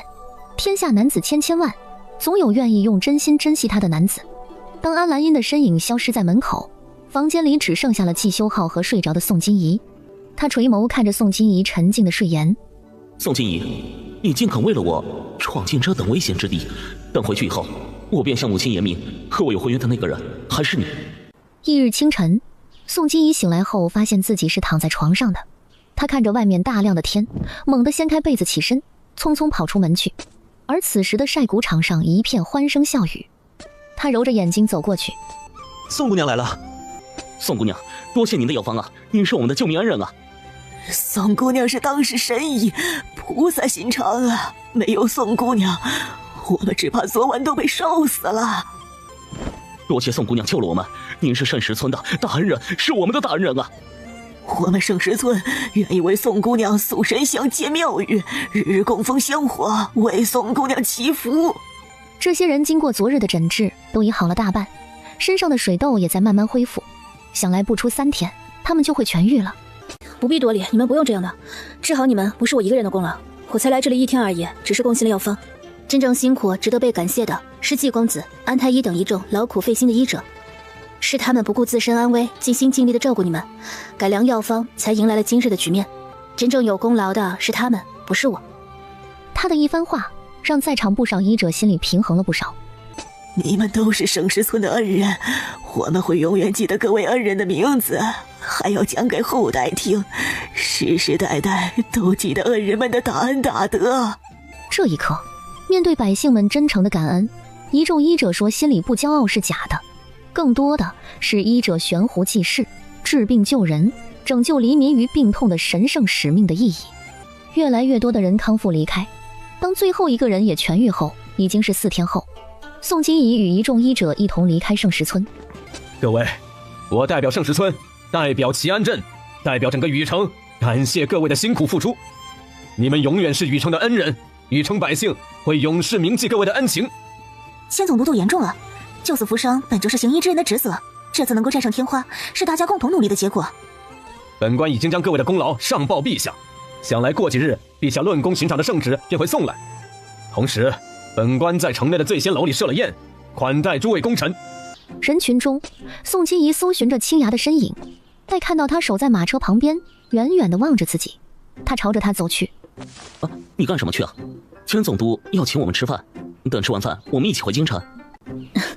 我不回京城，也不去吃饭了，你们去吧，不用管我。不回京城，你想要去哪？齐修浩，我已经被安国公府赶出来了，我要去边关寻找我真正的亲人，以后可能都不会再见了。说是你有机会来边关，倒是可以来看看我。被赶出来了？这怎么可能啊？你是不是又干了什么事啊？也没什么，就是在宋家寿宴上给莫林渊下药，想要办了他，结果被宋金钊发现了，我就被赶出来了。季修浩都不知道该说他什么好了，就连一旁的安澜音都不禁对他竖起了大拇指。你是真勇啊！不过莫林渊竟然让他活着出了京城，他也挺反常的。不远处的千鹤隐听了他的光辉历史，也不由得侧目而视。没想到挺活泼漂亮的小姑娘竟然做得出给男人下药这种下作手段。季修浩，你以为我是为你而来的？其实我真的是路过，我都不知道你在这儿。听百姓说安澜音对瘟疫束手无策，我才去的圣石村。以后我不会再纠缠你们了，你可以去找你真正的未婚妻宋金钊去了。宋姑娘，赶路也不急这一时啊，吃完饭再走吧。你可是这次治好瘟疫的重要功臣呐。不了，多谢千总督督的好意，我那份功劳都给季公子和安太医吧。谁要你给啊？我又不是没有功劳。多领一份功劳，下次有机会再见。你要请我吃饭啊？少女笑容开朗明媚，像一抹太阳，感染着安澜音的心绪。宋金怡真挺心大的，一点也没有被曾经的家人赶出来的忧伤和怨恨。看她这个状态，好像还挺开心的。宋金怡来到马车旁，整整5天的等待，青芽一步都没有离开过这个村口。此刻看到她完好如初的走出来，思念如潮水般涌出。青芽弯身将她搂进怀里，真真实实的感受到她的体温和身上独有的味道，心里都是踏实的。追过去的季修浩眼睁睁地看着他被一个陌生男人搂进怀里，脚步顿时停在了原地。他眸色一暗，看来不管在哪儿，宋金怡身边都从不缺男人，那他又何必上去自讨没趣？季修浩最后看了一眼宋金怡的背影，黯然神伤般转身离开。好了，我们赶路吧。好。随后松开他，扶着他上了马车。青芽牵着马车离开人群。安澜音不想看到季修浩伤心的样子，他快步追了过来。宋金怡，你不要季修浩了吗？他从未疏于过我，何来我不要他之说？可他心悦你，你这就不喜欢他了吗？你之前为了和他的婚约恨不得日日纠缠，怎么现在就要放弃了呢？不然呢？我现在在京城都快要人人喊打了，我是万人喜爱，更何况与他有婚约的是宋金钊，不是我强求就能强求来的，所以我放弃了。京城的一切我都不要了，我和他或许是有缘无分吧。安澜音，日后只怕不会再相见了，祝你余生得偿所愿，再见。话落，青芽也有眼色地赶着马车缓缓离开。安澜音叹息着转身，抬眸间便看到季修浩静静地站在那里。宋金怡说京城的一切他都不要了，包括你。季修浩扯了扯嘴角，笑容却有些苦涩。他刚刚才直面自己的心，可是他却不要他了。不要便不要，世间女子多的是，我又不是非她不嫁。他转身走向和宋金怡相反的方向，这一别或许就是一辈子了。救人一命胜造7级浮屠，检测到宿主因贡献出天花药方，救下无数条人命，以无畏施救濒危生命，展现出了人性的至善光辉。功德加800，奖励80年寿命，灵泉空间扩增800米，解锁百毒不侵体质。宋金怡一下子就精神了，这次救的人多，灵泉空间竟然扩增了800米，还有他的寿命竟然还能继续长，那他在这里岂不是可以活成一个不死的老妖怪了？还有那个百毒不侵的体质，都是好宝贝。宋金怡迫不及待地进入灵泉空间查看，刚一进去，一望无际的稻田和小麦、玉米以及各种红薯、土豆等粮食冲击着他的视觉，空间里居然多出了800米的粮食田地。他以后就是躺平什么也不干，也足够养活很多人了。这金手指大的就像是在做梦一样。发财了，发财了！谁发财了？是我发财了，以后我养你。他又变出2个梨出来，递给青芽一个。香。青芽也咬了一口手里的大白梨，微甘的汁水充斥着口腔，特别的解渴。出了江州就是冀州边关了，你的亲人是在边关哪个城啊？好像是在冀州的北阳城，叫一个千城县的地方。你好，请问这里有姓傅的人家吗？宋金怡和青芽赶了3天路，一路打听才到达这个千城县。姑娘，你问的姓傅的人家，他们家的主娘叫什么？那家主娘已经过世了，叫傅苗，但我知道他们家有一个眼睛不好的小儿子，请问您在这县上见到过吗？你是傅家的什么人呐？我是傅家的女儿，刚从京城回来。你就是傅淼的那个亲生女儿？哎呦，你这是从京城过来寻亲的？可是傅家人不是说你不愿意回来吗？之前是有一些事情耽搁了，才没有及时回来。更何况我总要见见我真正的亲人是什么样的呀，不可能一辈子都不回来的。看来主娘应该是知道我的家人住在哪里，能否麻烦指个路？知道，就前边那个路口往里拐，有一家叫49哥的酒馆，就是傅家。你要是早回来一点就好了。那傅家老主娘啊，见傅淼过世，她那一直又没有女孩继承家业，以傅家家产不能留给男子为由，把傅淼这些年赚来的家底全都抢走了。如今就剩那么一家酒馆维持全家人的生计。宋金怡没想到，在现代某些封建人眼里，家产只能传男不传女的规矩，竟在这里发生了。果然嫁出去的一方在哪里都是吃亏的。按照胖主娘的指引，宋金怡和青芽步行来到了那家酒馆。看匾额49哥，名字起的倒是挺好。整个小酒馆也不是很大，此时一个客人也没有不说，还隐约的能听到里面传来争执的声音。这以后应该就是咱们长久生活的地方了。你看这艰苦的条件，青芽，你现在想跑可还来得及。你觉得我想要跟着你，就是想要跟你过好日子的？我是喜欢你这个人，哪怕后面的日子再苦，我也不惧。我只怕你不要我，还总是赶我走。不赶你走，我就是要告诉你一声，让你有个心理准备，以免以后你觉得日子太苦，怨我没本事。你是主娘，一家之主，只管盘账，发号施令，赚钱是男人的事。我就是重操旧业，也不会让你饿肚子。哎，重操旧业就算了，咱已经金盆洗手了，别让人知道你以前杀过人，咱以后是正经的良好公民。放心吧，我也不是没本事的人，养家糊口而已，小意思。宋金怡抬眸看向49哥的匾额，我还想拼个大梁首富等等呢。走吧，进去认亲。酒馆内，这家酒馆是当初七主特意为我置办的铺面，从开张到现在，事事都是我亲力亲为的，包括这酿酒的手艺，全是我骆家祖传的，何时成了你们傅家的产业了？哼，你也说了是阿姐给你置办的，那就是用傅家的钱置办的，哪里就是你的了？反正只要是傅家的东西，都轮不到你这群外人来接管，必须由傅家的女人管着。我们都是娘的儿子，何时就成了外人？您和祖母连这仅剩的一家酒馆也要抢走，这不是把我们往死路上逼吗？哎，你这话就不对了，你们几个男娃将来都是要嫁出去的，怎么就不算是外人了？我总不能眼睁睁的看着阿姐辛苦一生置办的财产，最后被你们带去戚家，便宜了外姓人吧？再说，我们只是拿回傅家的东西，何时逼你们去死了？你们不是还有个女儿在京城吗？大不了去找她了。灵儿说的对，傅家的东西不能便宜外姓人，这酒馆必须由傅家女子经营。老大傅旭，你们今天就搬出去吧。我们不搬，这是我阿娘留给我们的。你们已经抢走了农田，抢走了木桩，为什么还不知足？哼，你这赔钱玩意儿，说谁抢的？我告诉你们，就是告到官府，这也是我们傅家的东西，不是你们的。都是绝户了，还要霸占着傅家的产业，你们可别欺人太甚。宋金怡听了半天，终于明白这是什么情况了。那个大肚婆和那个老不死的老太婆，以大房这边无女儿继承家业为由，抢东西来了。请问这里是傅家吗？他的眉眼像极了死去的傅淼。阿淼，你是？宋金怡微微一笑，这个笑容看得洛川瞬间红了眼眶，像，真的太像了。这是他的女儿，他和阿淼的女儿。我叫宋金怡，京城来这寻亲的。请问这家已故的主娘可叫傅淼？我是她之前抱错的女儿。是，这里就是傅家。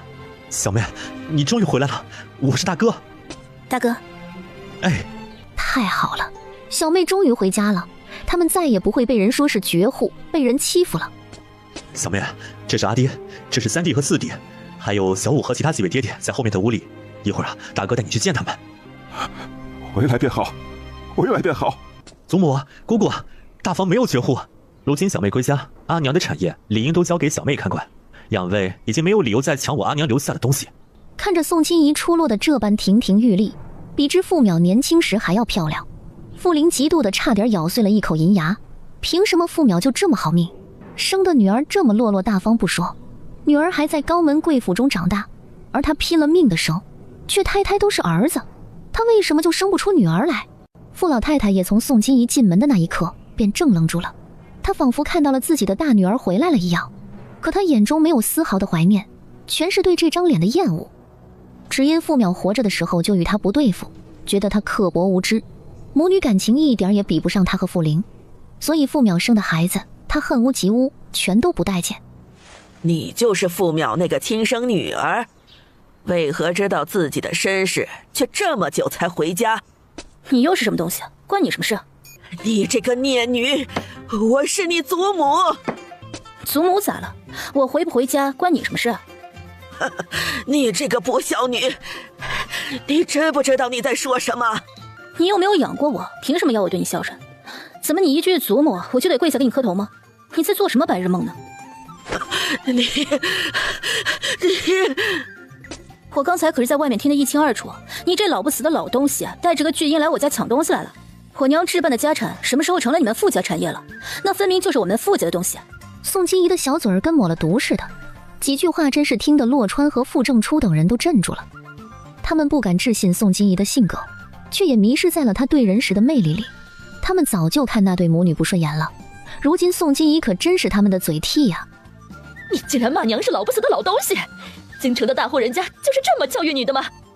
这可是你祖母，你这是大不敬啊！我的良好教养只针对慈祥的长辈，你们配吗？我还没说你呢，你倒是教育起我来了，挺着个大厚脸皮登门，怎么那么不要脸，抢别人家东西？你是听不懂吗？这是我娘留给我们的产业，你想要去找你娘要啊！你是没有娘吗？惦记着我娘的东西？你这贱人，你敢对长辈出口不逊！刘世忠，给我教训教训这个贱人！你敢？你敢动我女儿一下试试？反了，反了！真是倒反天罡！刘世忠、吕翔，你们都给我打，狠狠地打那个孽畜的嘴！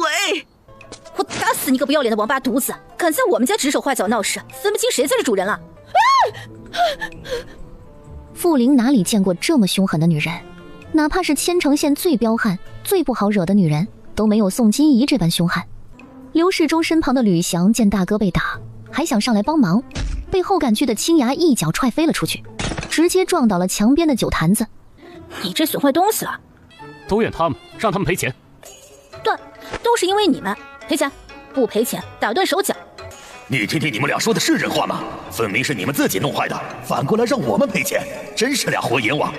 傅玲和傅老太太见宋金怡又拎了把椅子，气势汹汹地朝他们走来。你要干什么？你不能再打我们了，我还怀着孩子，我可快要生了，你打我会出人命的。小妹，把他们赶走就好了，别动手了。听到了吗？赔了钱就滚出去，否则老娘抛开你的肚子，掐死你那尚未出生的孩子！东西都是你们自己打坏的，凭什么让我们赔？凭这里我说了算，凭你们打不过我，凭我能让你们俩断手断脚，还想听凭什么吗？新芽，打断那个一脸横肉的臭男人的胳膊。是。几步便来到了刘世忠的身前。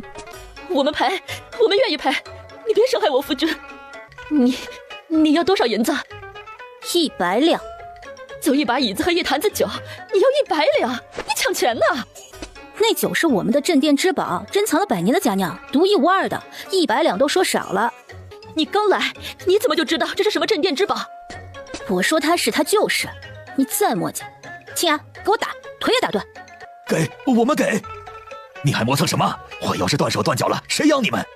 这里的女子可以活成女帝一样的女强人，可以选官途入战场，但也有喜欢及时享乐或被人养着，整天吃喝玩乐的。人各有志，就如傅玲这样的，能养得一身膘，就说明她平日里什么也不干，就生孩子了。傅玲听到刘世忠的话，不情不愿地掏出几张银票来。宋金怡两指捏着那几张银票，抬了抬眉。傅玲靠别人养着，却能管着家里的财政大权，地位也不错了。宋金怡冲着青牙挥了挥手，一群人步伐慌乱，几乎是逃出了酒馆。阿爹是吧？这银票是打碎的酒钱，我和青牙没有收住脾气，不好意思。不用。阿姐，你好厉害啊！阿姐帮我们赶走了坏人，以后再也不用怕坏姑姑来抢我们的东西了。阿姐回来了，我们家就不是绝户了，他们再也没有理由来抢东西了，说不定我们还能把他们已经抢走的要回来呢。小妹，一路辛苦了，欢迎回家。谢谢。发生什么事了？然而待来到众人近前，看到了宋金怡的身影时，这是商芷心里已有了猜测，却又有些不敢置信。二姐姐，这是阿姐娘的亲女儿，她刚从京城找过来，刚刚还帮我们打跑那群强盗呢。阿姐可厉害了。也是此时，傅淼那几个躲在后院的侧军，带着自幼便失明的老五傅明来到了正堂。小妹，大哥给你介绍咱们这一家人，这位是阿爹，阿娘的主君之一，你我的亲生父亲，名唤洛川。阿爹。这位是二爹爹，也是娘的主君，亦是三弟陈州的亲生父亲。宋金怡心中感慨，原主亲娘吃的还挺好，不仅有主君，还有平夫，两位主君也都挺好看的，可比傅玲身边那俩歪瓜裂枣强太多了。二爹爹好。哎，回来了就好，我们一家人终于团聚了。这三位啊，都是阿娘的侧父君，这位是三爹爹沈宙，四弟的亲生父亲。五弟名唤傅明，他自幼眼睛失明，看不见东西，是四爹爹周子瑜的儿子。五爹爹名唤长青，原本我们是有个六妹的，只可惜啊，她又是生了一场病，没挺过来便夭折了。我叫宋金怡，这位名叫青芽，是我的未婚夫。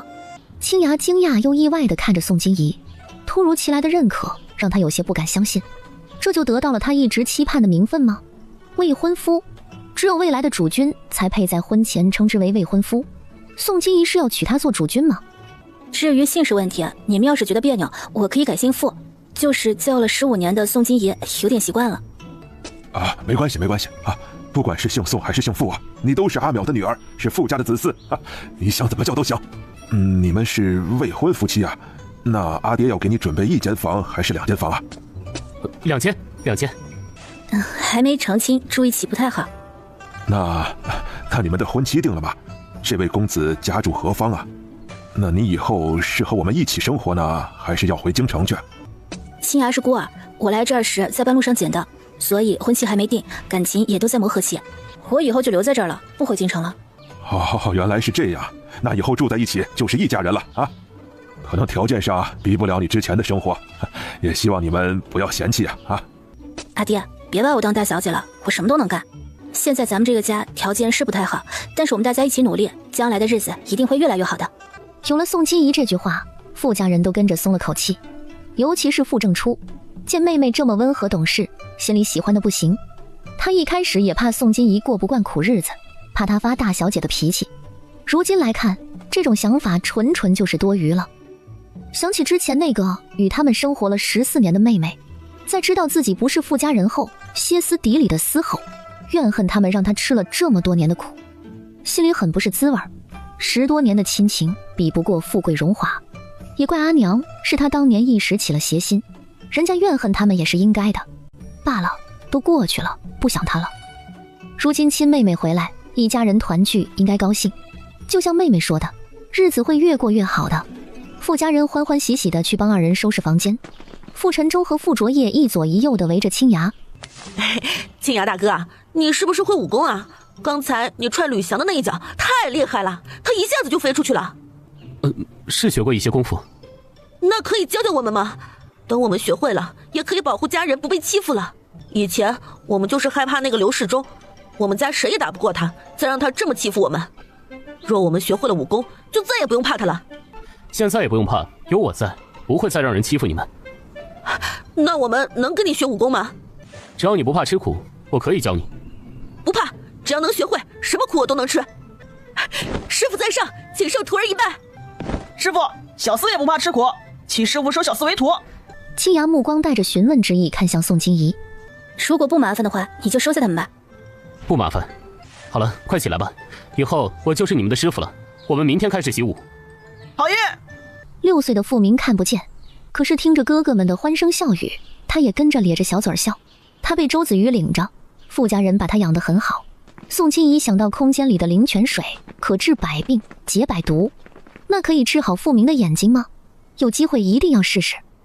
酒馆后面有厨房和几间杂物间，傅家这么多人就挤在3间狭小的房子里。如今宋金怡来了，还要为他单独腾出1间来，10几口人挤在2间房间，根本住不开。不如在这附近再租1间院子吧。我有银子，房租啊我来付。确实是要租啊，这太挤了。老大呀，你出去打听一下附近合适的房子啊，然后谈一谈价格。好，我这就去。我也去，大哥，你带我一起去。好，那就一起去。青芽，你先留在这儿整理一下马车上的东西，我和大哥一会儿就回来。好。傅正初特意拿了把纸伞给宋金怡撑着。外面日头大，你皮肤娇嫩，别被晒坏了。谢大哥。不客气。兄妹俩刚出门就遇到了左邻右舍的邻居。哟，这姑娘生得可真俊呐！正初啊，这是你爹给你择选的妻主吗？哪家的姑娘啊，这么娇俏水灵，可不像是普通人家的姑娘啊！你这是攀上哪家的高枝了？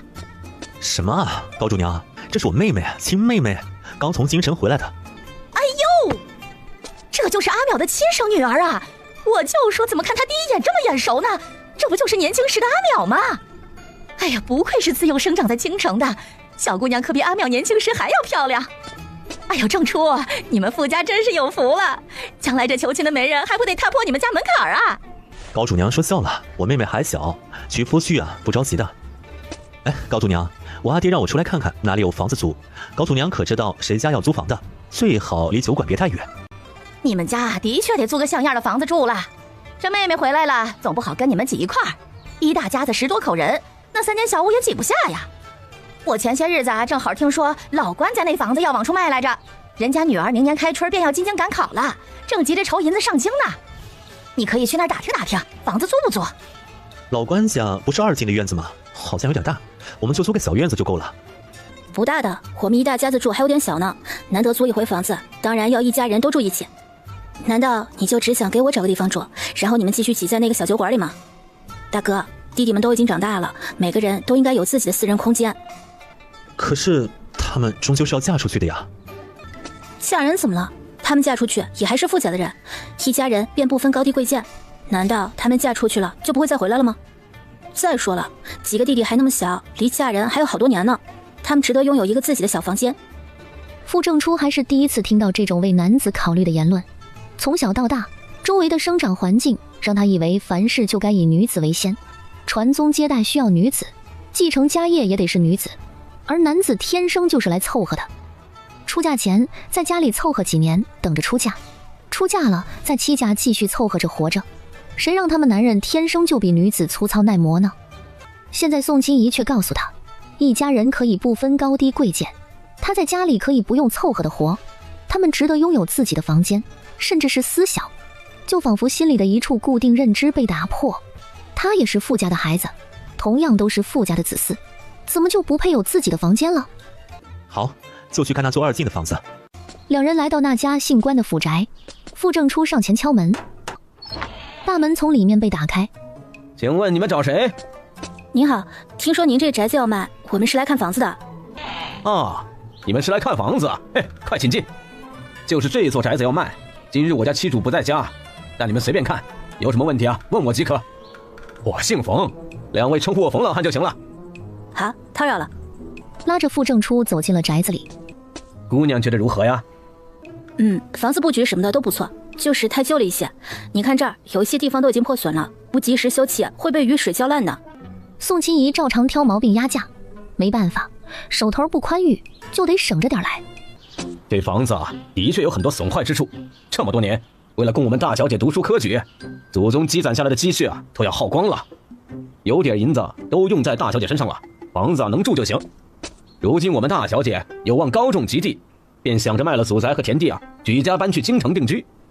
妻主也说过，看在宅子年久失修，又有诸多破损的份上，可以便宜一些。宋清怡听到那句卖了祖宅和田地，她心思微动。如今她的灵泉空间是扩张的差不多了，可是系统任务一个没做，导致她一点积分也没有。系统商城至今都是灰色的，不能操作。若能买下他家的田地，就能暂时得到一些基础任务积分，解锁了商城，他便能兑换现代东西了。还有田地要卖吗？如果我们把房子和田地一起买下的话，能不能再便宜些？傅正初一听，顿时拉着宋金怡走去一旁。小妹，不是说好的租房子吗？你怎么又要买了？家里暂时拿不出那么多银子的。大哥别担心，我身上还有一些银子，应该够用的。我要在这儿安家，总得有一个容身之处，租来的始终都是别人的，不如自己拥有安心。更何况将来成亲找夫婿，人家一听说我房子都是租的，那还愿意嫁给我吗？傅正初很想说，你就是一无所有，凭你是女人，凭你的容貌，都能娶到像样一点的男人。可宋清怡显然是把自己性别调换了，以为女人娶夫就要同时担起养家糊口的责任。她决定了的是，傅正初是执拗不过她的。老伯，如果房子和田地一起买，还能便宜吗？哎呀，姑娘，这地和房子无论是放在一起卖还是分开卖，都已经是最低价了。我们是急着卖地卖房，但是价如果给的太低的话，我们也宁愿再等等。科举是在明年3月，现在才8月。那老伯说说房子和田地的价格吧。我们家妻主啊，找当铺的人估过价，房子60两白银，土地的话，我们家一共有2田20亩，荒地63亩，还有一座荒山，当初买来是给自家砍柴用的。按照外面的市价，2田1亩3两白银，荒地2两白银，那座荒山当初买的时候每亩2贯钱，那边还按照1亩2贯钱来算。你家2田卖3两1亩，这个可以，毕竟是2田，市面上的价格就是如此。可荒地卖2两1亩啊，怪不得没人来买。你这几年的荒地啊，就敢卖2两1亩？荒地是2年前的荒地，这2年除草根、扔乱石，又是打垄又是肥田的，我们也搭了不少人力和财力进去，这总得让我们回本吧？那也有点贵了。傅正初一想到这一套下来，没个200两银子都出不去。小妹啊，不如我们看看别家吧，这镇上不是只有他一家宅子和土地卖的。就在宋金怡犹豫之时，这家的主娘带人回来了。进屋看到宋金怡和傅正初，这千城县谁家多了这么个水灵姑娘啊？旗主，这位姑娘和小伙子是来买房子和田地的，我们刚商量到价格，我已经把您定的价格给2位说了，可这位觉得有些贵了。哦，嫌哪儿贵？是房子还是土地？嫌荒地贵了一些。我又没说错，在镇西村1两银子能买3亩荒地，你们家不过2年的荒地，1亩地就翻涨到2两银子。别当我们年纪小，什么都不懂。小伙子，荒地也是分土质的，我那60几亩荒地可都是黑土地，经过2年的打理肥田，种啥得啥，而且产量都不会低。你若不信，可以带上你家大人去看一下。如果真是我卖高了价，那就咒我砸手里，这辈子都没人买。原本是想把土地留着给自己留退路的，可是一家子上京花销巨大，光靠卖房卖铺子的银子，万一不够了，再回来卖就来不及了。宋金怡正考虑着这个价钱。冒昧问一句，姑娘是哪里的人呢？如今年龄几许，可有婚配？这千城县屁大点的地方，谁家有年轻的姑娘就没有关主娘不知道的。毕竟他有2个儿子到了适婚年龄，他早就把这周遭的姑娘家了解了个遍。他是没注意到千城县谁家有宋金怡这么灵动漂亮的姑娘。我刚从京城寻亲过来，日后打算长居此处了，便想着买一处宅院。我们是扶阳小巷傅家的人。关主娘了然，那条街的确有一家姓傅的。她记得那家有个女儿叫傅盛锦，年纪不大，但是半年前走了。姑娘还没回答我，你的年龄和是否婚配？我今年刚过及笄之年，家中也有一个未婚夫，尚未举办婚礼。关主娘眼睛一亮，好像对宋金怡甚是满意。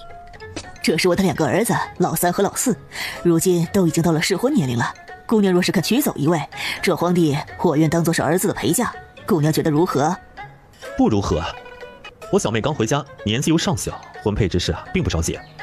我们是来看房子的，不是来相亲的。姑娘家总要娶亲的，早一点又有何妨啊？我的2个儿子都读过书，知礼数。老3今年20，老4 18了。样貌虽然不是顶好的，但人绝对老实可靠。姑娘可以考虑考虑啊。他的2个儿子也是很中意宋金怡的，个个笑容腼腆。关主娘一家不是要去京城了吗？怎么没有想过让儿子嫁给京城的姑娘？我真若选了把他一个人留在这儿，你们就不想他吗？嫁出去的男儿泼出去的水，哪儿家有何想的？嫁到戚家，那就一辈子都是戚家的人了。更何况我还有2个儿子也是嫁在这附近了，他们兄弟离得近，也算有个照应。你说这位关主娘不在乎儿子吧？她愿意出大笔的陪嫁给儿子撑腰。若说她在乎呢，她这态度就好像儿子是只小猫小狗，随随便便的就给嫁了，甚至是不要了，就挺让宋金怡看不懂的。但话说回来，关主娘的2个儿子哪个她都没看上，要颜值没颜值，要身材没身材，她是个超级颜控加肌肉控，2人一样都没占。她不是愿意将就的人，就算是这2人的陪嫁是一座城，就凭他俩的外在条件，他这辈子都不会心动。不好意思啊，关主娘，我还是用银子来买吧。话音一落，关家的2个儿子明显目露落寞。这房子和地我都要了，但是田产我想要先交定金，等家里长辈亲自过目后，地数准确，确实与关主娘描述的一样，再把剩下的银子付齐。主娘觉得如何？可以。关主娘还想为儿子努力一把。姑娘先别拒绝的这么彻底，可以先了解一下我这2个儿子，我让他们去你们家干2天短工，你使劲使唤他们，他们绝对老实肯干。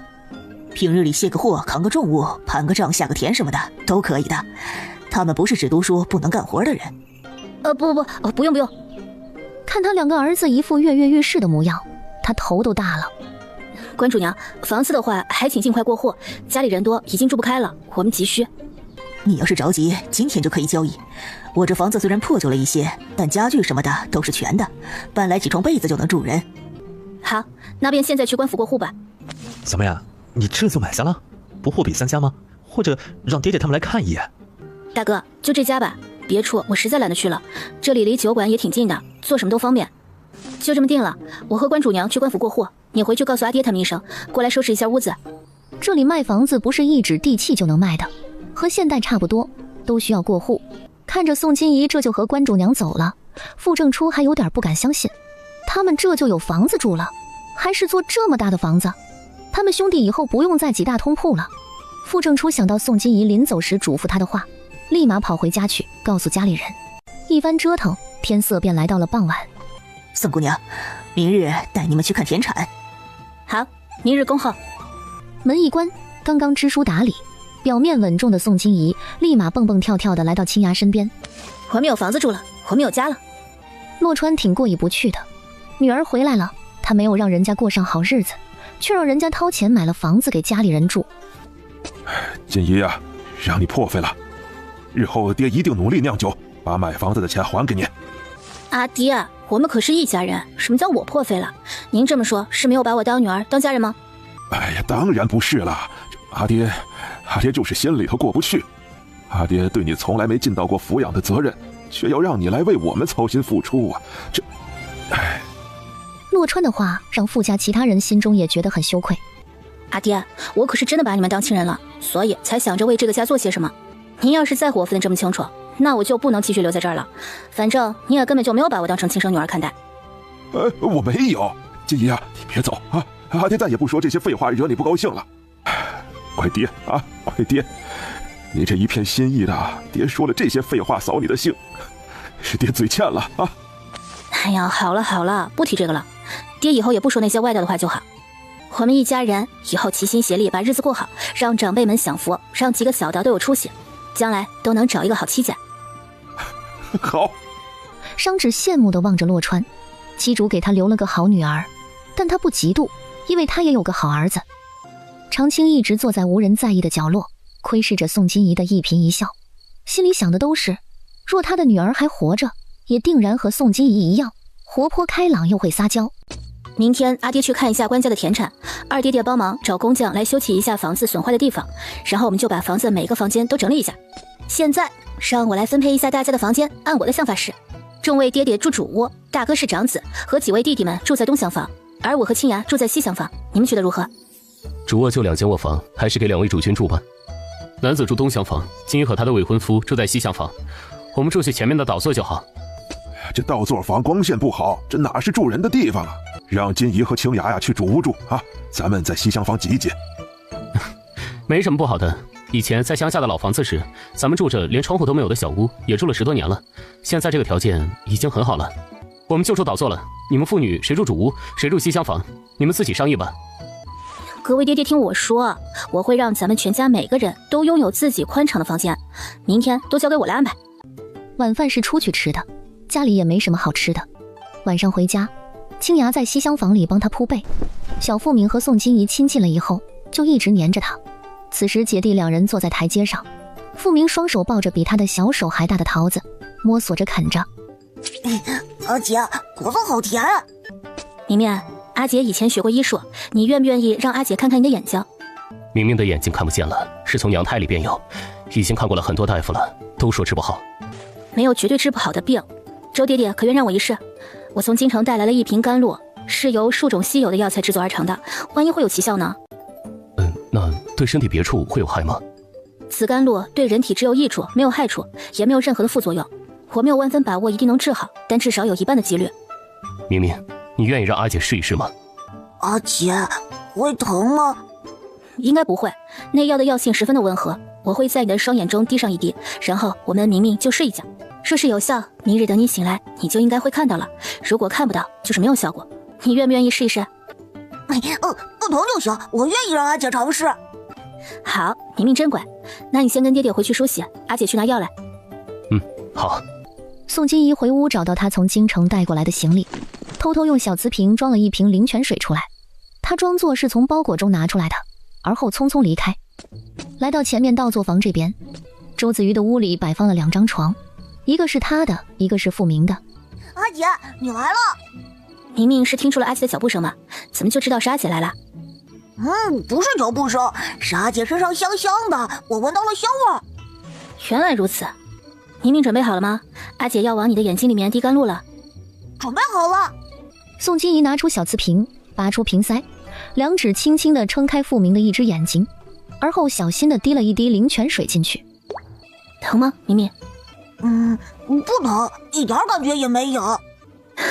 那就好，来，这只眼睛也滴一滴。等到两只眼睛都滴好了灵泉水，宋金怡嘱咐道：今晚就不要睁眼了，明明现在就睡觉吧。如果明天早上你能看见了，一定要第一时间来阿姐房间叫醒我，好不好？好。真乖，那我们明天见。阿姐走了，你快睡觉吧。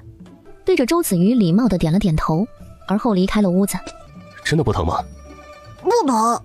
周子瑜也不抱什么希望，只要儿子不遭罪就好。不疼就好，咱们睡觉吧。回到西厢房，被褥已全部铺好。都铺好了，可以躺了。辛苦了。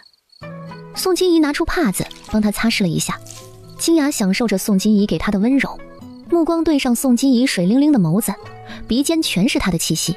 她喉结滚动了一下，只觉得口渴得紧，眼睛里充斥着欲望。许是她的目光太过赤裸和暧昧，宋金怡懂了她想要什么，主动踮起脚尖献上了自己的唇。清雅向来对她没有一点抵抗力，她的轻轻一吻就能让她沦陷，双手缓缓箍住了她的细腰，口中极力汲取着她的甜美，动情的一时忘我。直到身体胀痛的厉害，清雅才缓缓松开他。迟早被你弄死。若不是考虑到他年纪还小，他早就求欢了。这就忍不住了，你不是杀手吗？你的定力呢？喜欢上你之后，我的定力就是你。我出去凉快，你休息吧。翌日秋高气爽，天气一大早的便雾气腾腾。傅明睡醒后睁开了双眼，起初眼前一片模糊，但隐约可以看到昏暗的房间。傅明惊得猛然坐起，小手下意识地揉了揉的眼睛。等他再次睁眼，眼前的一切都变得清晰起来。傅明不敢置信地看着自己的手，他能看见了，他真的能看见了。阿姐把他的眼睛治好了。激动的傅明直接哇的一声哭出了声，泪水糊满眼眶，他却努力地睁大眼睛，生怕这只是短暂的一场梦。怎么了，明明？别怕，有阿爹在呢，明明不哭啊！阿爹一直都在陪着你。明明，告诉阿爹你哪里不舒服，是不是眼睛痛了呀？阿爹！傅明抹着眼泪，看着近在咫尺的男人，小手缓缓举起，一点一点地描绘着阿爹的容颜。焦急的周子瑜这才注意到儿子的异常。明明，你能看见了，对不对？阿爹，我能看到了，我看到了阿爹的样子，明明做梦都想要看到阿爹的样子，我终于看到了。这是怎么了？怎么哭成这样？发生了什么事了？老周，你怎么还哭了？这么大人还学不会冷静吗？快别哭了，你在吓到明明。爹爹，五爹爹，阿姐治好了我的眼睛，明明可以看到爹爹了。真的好了，明明的眼睛能看得见了。五爹爹，原来你的脸是这样的。他伸出手，像以前一样，一点点摸索着常青的脸。明明的眼睛是金怡治好的，这丫头简直就是傅家的小福星。昨日阿姐说了，如果我的眼睛好了，要在第一时间去叫醒她。明明要去找阿姐，告诉她这个好消息。你慢点，把衣服穿好了再去。等傅明穿好衣服后，他迫不及待地想去看看外面的世界是什么样子的。可当迈出门的一瞬间，他又停下了脚步。秋天的清晨，大雾弥漫，空间都是潮湿的味道。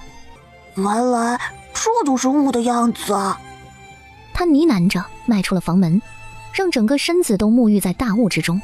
新奇多彩的世界让傅明心生欢喜，在雾里蹦蹦跳跳地迎接着他全新的人生。周子瑜、常青和沈昼看着这一幕，眼睛又忍不住溢出了泪水。孩子的笑脸就是他们最想看到的。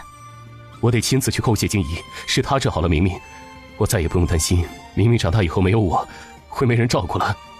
是该谢谢我们家的小福星，你看他才刚回来，不仅保住了妻主的家产，还让我们有了房子住。如今明明复明，以后的日子都有盼头了。是啊，他真的是个福星呢。傅明高兴地找去西厢房时，宋金怡已经醒了，她是被系统播报的声音吵醒的。检测到宿主治好了傅明的眼睛，让他得以见到光明，以仁爱至善的品德救赎了一条年轻的生命，改变了他未来的命运。功德加20，奖励2年寿命，空间灵权扩增2米，解锁古今医书大全。宋金怡看着系统面板显示着他如今的寿命是110年，又多了本古今医书大全，他这是真有当神医的潜质了。再查看灵泉空间，在一望无际的粮食田地外多了一圈竹林。阿姐，明明的眼睛好了，阿姐，你听到了吗？我都听到了。宋金怡一出现，傅明就看呆了。他的阿姐好漂亮啊！让我看看明明的眼睛彻底好了没有？哎呀，当好了，明明现在看得可清晰了，谢谢阿姐治好了我的眼睛，明明以后一定会报答阿姐的。金怡，我都不知道该怎么感谢你的恩情了，是你救了明明，我现在终于可以放下心来，不用担心他的以后了。你的大恩，我们父子俩都会终身铭记于心。哎，周爹爹，您这是干什么呀？我们可是一家人，明明是我的亲弟弟，我有那个能力救他是应该的。哎呀，您快起来，您是长辈，给我这个晚辈下跪，这不是折我的寿吗？除了磕头，我真的不知道该怎么感谢你。我会让明明孝敬你一辈子，日后他若是敢不听你的话，我第一个抽他。没那么严重，明明又乖又懂事，以后肯定会是个好孩子。昨夜留宿在新房子里的其他傅家人被这些哭声吵醒，也出来查看情况。一听说傅明的眼睛被宋金怡给治好了，全都震惊不已。啊，啥时候治的？我怎么没看着？就是我从京城带过来的一瓶奇药，昨天尝试着给明明的眼睛里面滴了2滴，没想到真的有效果。今天早上他的眼睛就好了。还得是京城啊，连这种奇药都有。以后啊，有机会一定要去看看。若是没有金怡，我们恐怕这辈子都不会知道世间还会有这种奇药，所以这就是金怡的功劳。对，金怡定是福星转世，我们傅家有福气了。真的好了吗？走，大哥带你去找大爹和二爹去。他把傅明放在肩上，驮着他就出门了。大家都沉浸在傅明的喜悦中，唯有青芽知道，京城不会有那种奇药，世间都没有那种奇药。一般从娘胎里带出来的病，几乎没有医者可以治好。但宋金怡是那个例外，这药一定跟他的秘密有关。那个药跟你给我解毒的药，应该是一样的吧？怎么又想挖掘我的秘密啊？我就是随口一问，你不想要说，我从不会逼问。更何况，越少人知道越好。匹夫无罪，怀璧其罪的道理，我还是懂得。我只是想说，我会永远守护在你身边。这还差不多。等宋金怡和青芽穿戴整齐出来的时候，洛川和商芷也来了。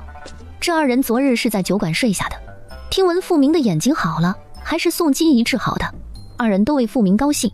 他们在外面买了包子回来，配着周子瑜熬的米粥，一家人其乐融融地吃了顿早饭。早饭刚吃完，关家的人便上门了，说要带宋金怡去看地。阿爹，要不你同他们去看地吧，我也不是很懂，去了也没用，我想要留在家里面收拾房子。啊，也好啊，郑初同我一起去，我们很快就回来帮忙。关老三和关老四也来了，兄弟二人真听了关主娘的话，主动来傅家当短工来了。啊，没事，傅叔叔尽管去，家里这边我们兄弟会帮忙的。他们叫的亲切，又像自来熟一样，看得洛川目瞪口呆。随即瞧见关老三那黏糊糊的眼神一直看着自家闺女，他瞬间就明白了，这俩小子是看上他闺女了。哎呀，这怎么好麻烦你们兄弟啊！嘿嘿，这里有好几个房间都有暗格，昨日没来得及告诉你们。主屋里还有一处密室，我们留下正好告诉宋姑娘机关在哪里。得，这一下子没理由赶人家走了。父子俩跟着冯老汉走了。宋金怡张罗着去请工匠，家里可以开工了。他先是同关家两兄弟那儿了解了暗格和密室的位置，而后指挥着家里的闲人们打扫房屋。当洛川和傅正初回来时，家里正忙活得热火朝天。金怡啊，这田地我们都看过了，地数准确，那你看你什么时候去签那个过户契约呀？现在就去吧。关主娘的意思是今年的收成不算在里边，如果你想要地里的粮食啊，就得另外加钱呢。收成不要，都给他们，明年我们自己种。等他收拾完去了外面，关主娘正坐在马车里等着他。二人又去官府签了契约，田产和房产都是记在宋金怡的名下。在官府的印章落下的那一刻，系统响起了不一样的播报声。种田系统任务已激活，系统生成已激活，智能系统管家已激活。亲爱的宿主您好，我是您的智能系统管家，代号0432。宋金怡面上失态的张大了嘴巴，还有智能管家，这系统也太权威了吧！检测到宿主名下共有良田20亩，荒地63亩，一座103亩山头，已完成7项初级系统任务，奖励白银总共1275两，1275积分。宿主有任何问题，0432都可以为宿主解答。初级任务已拥有5亩荒地，奖励50两白银，50点积分。初级任务已拥有10亩荒地，奖励100两白银，100点积分。初级任务已拥有30亩荒地，奖励300两白银，300点积分。初级任务已拥有50亩荒地，奖励500两白银，500点积分。初级任务已拥有5亩良田，奖励75两白银，75点积分。初级任务已拥有10亩良田，奖励150两白银，150点积分。初级任务已拥有一座100亩山头，奖励100两白银，100点积分。往下扒了，竟然还有几十条初级任务没有完成，而最下面，荒地和良田的地数要达到10000亩才算完成初级任务。这么看，晋升中级任务遥遥无期。0432，我还能回去我原来的世界吗？不可以了，宿主的肉身已在睡梦中死亡，这是书中世界，亦是您的下一世。宋金怡只是伤感了一下下，便平复了情绪。那个世界已经没了他在意的人，留在这里也好。之前一直以为穿书只是一场旅行，抱着玩玩的心态，并没有认真。如今得知再也没了回去的可能，他该认认真真为自己的未来努力奋斗了。宿主完成全部系统任务，可进阶成为快穿系统的正式宿主。这个书中世界也是您的实习世界，宿主生命结束之时，可自行选择去投胎或者成为快穿宿主。您在这里的寿命上限是300年，300年内完不成系统所有任务即代表失败，将失去成为快穿系统正式宿主的机会。本系统会安排宿主的灵魂投胎转世。本种田系统的任务是最简单、最好上手的任务，奖励丰厚。您若是顺利完成任务，系统奖励的灵圈空间将会成为宿主的终身外挂。宋金怡明白了，原来他还可以升职成为传说中的快穿大佬，这人生真是越来越有盼头了。我知道了，我会尝试着努力完成任务的。能不能升职对宋金怡来说无所谓，他是享受当下的主儿，未来的事随缘吧。当回到家中，看到傅家人的那一刻，他才真真实实的对这里有了归属感。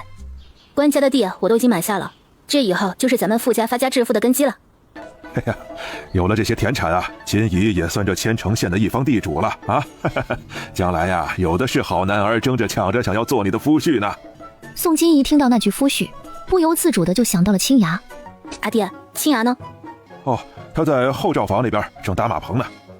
宋金怡朝着马棚那边走去，刚到后罩房，他就看到了青芽的身影。这里就青芽一个人在，看着他认认真真干活的模样，应该是真心实意把这里当成家了吧。你怎么了？为什么这么看着我？我在看你认真干活的样子，很有贤夫良夫的品质哦。累不累？不累。宋金怡左手背在身后，变出一个苹果来。喏，吃个苹果解解渴吧。好。宋金怡手里也拿着苹果。你觉得这里怎么样？挺好的，很平静安宁。傅家人对我都很不错，最重要的是，傅家人对家人是发自内心的维护和关心，又齐心和谐。我见过有很多人家，妻主过世以后，夫郎们便迫不及待的要带着子嗣分家的，生怕被其他兄弟抢走了家产。我也觉得挺不错的，所以已经打算在这安家了。青芽，你想不想跟我在这儿有一个家，我们的家？想，做梦都想。那我们明年就成亲吧。你说的是真的吗？你不是在逗我玩的，对不对？当然，我想要对你负责了，就看你愿不愿意。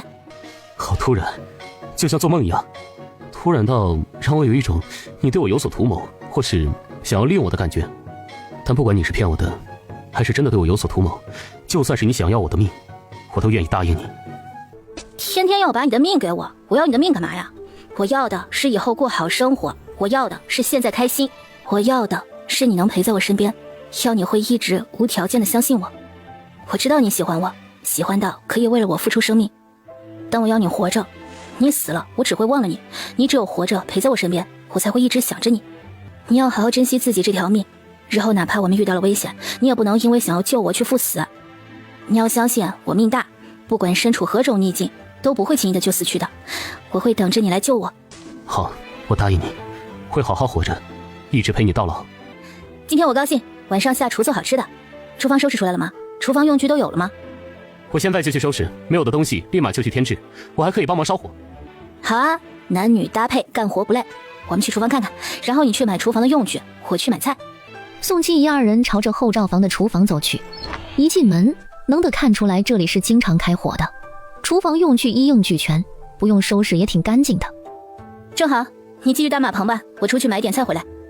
一会儿需要烧火了，我叫你。好。宋清怡直接就从后门出去了，系统给了1000多两银子的奖励，让他的钱包又鼓起来了，所以必须要奢侈一把。空间里什么菜都有，但他还是想要吃肉。路上，宋清怡用系统积分在商城里兑换了现代的一些调料，什么酱油、鸡精、老抽，还有八角、花椒、干辣椒之类的，省得他去买了。询问了路人才找到这里的菜市场。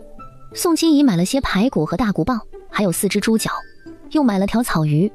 考虑到这个天气，肉买多会坏，他只买了1顿的量。拎着肉和鱼回家，也快到中午了，把肉放在阴凉处，中午不吃这些，就算吃现在做也来不及了。见厨房里有白面，他打算中午吃打卤面，正好凉快一些。把灶台用抹布抹了一遍，调料装盒一一摆放整齐，方便拿取。然后和面、擀面条。青雅，帮我烧火。他从大骨棒上刮下来一些肉，切成丁，从空间里拿出茄子，洗干净也切成丁。中午要吃面条吗？是的，让你尝尝我做的打卤面。青芽第一次听到打卤面这种面食，不禁隐隐有些期待。火刚点燃，傅正初匆匆来到厨房。原来你们在这儿啊！哎，小妹，你怎么还下厨了呢？你饿了就告诉我呀，大哥给你做饭吃。这种粗活怎么能让你来做？中午想吃面是吧？大哥来做，你快去歇着吧。啊，大哥，我没有那么金贵的，我也会做饭。再说了，过日子哪有天天等别人伺候的？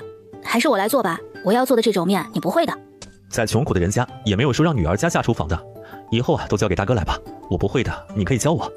你以前在京城，宋家的人让你下厨做饭了吗？没有，我之前在京城过的是衣来伸手饭来张口的日子，是我自己想要学做饭，养母才给我找了名家大厨教我。我喜欢自己研究美食，在京城琴棋书画、诗词歌赋、君子六艺我都学过一些，我可是全能的。学过这么多东西呢，小妹真厉害。都是小意思啦，京城的贵女都有自己拿得出手的本领。宋家的国公爵位若不是世袭罔替的，我早就该下场走科举之路了。傅正初听到这句科举，眸光划过一丝羡慕。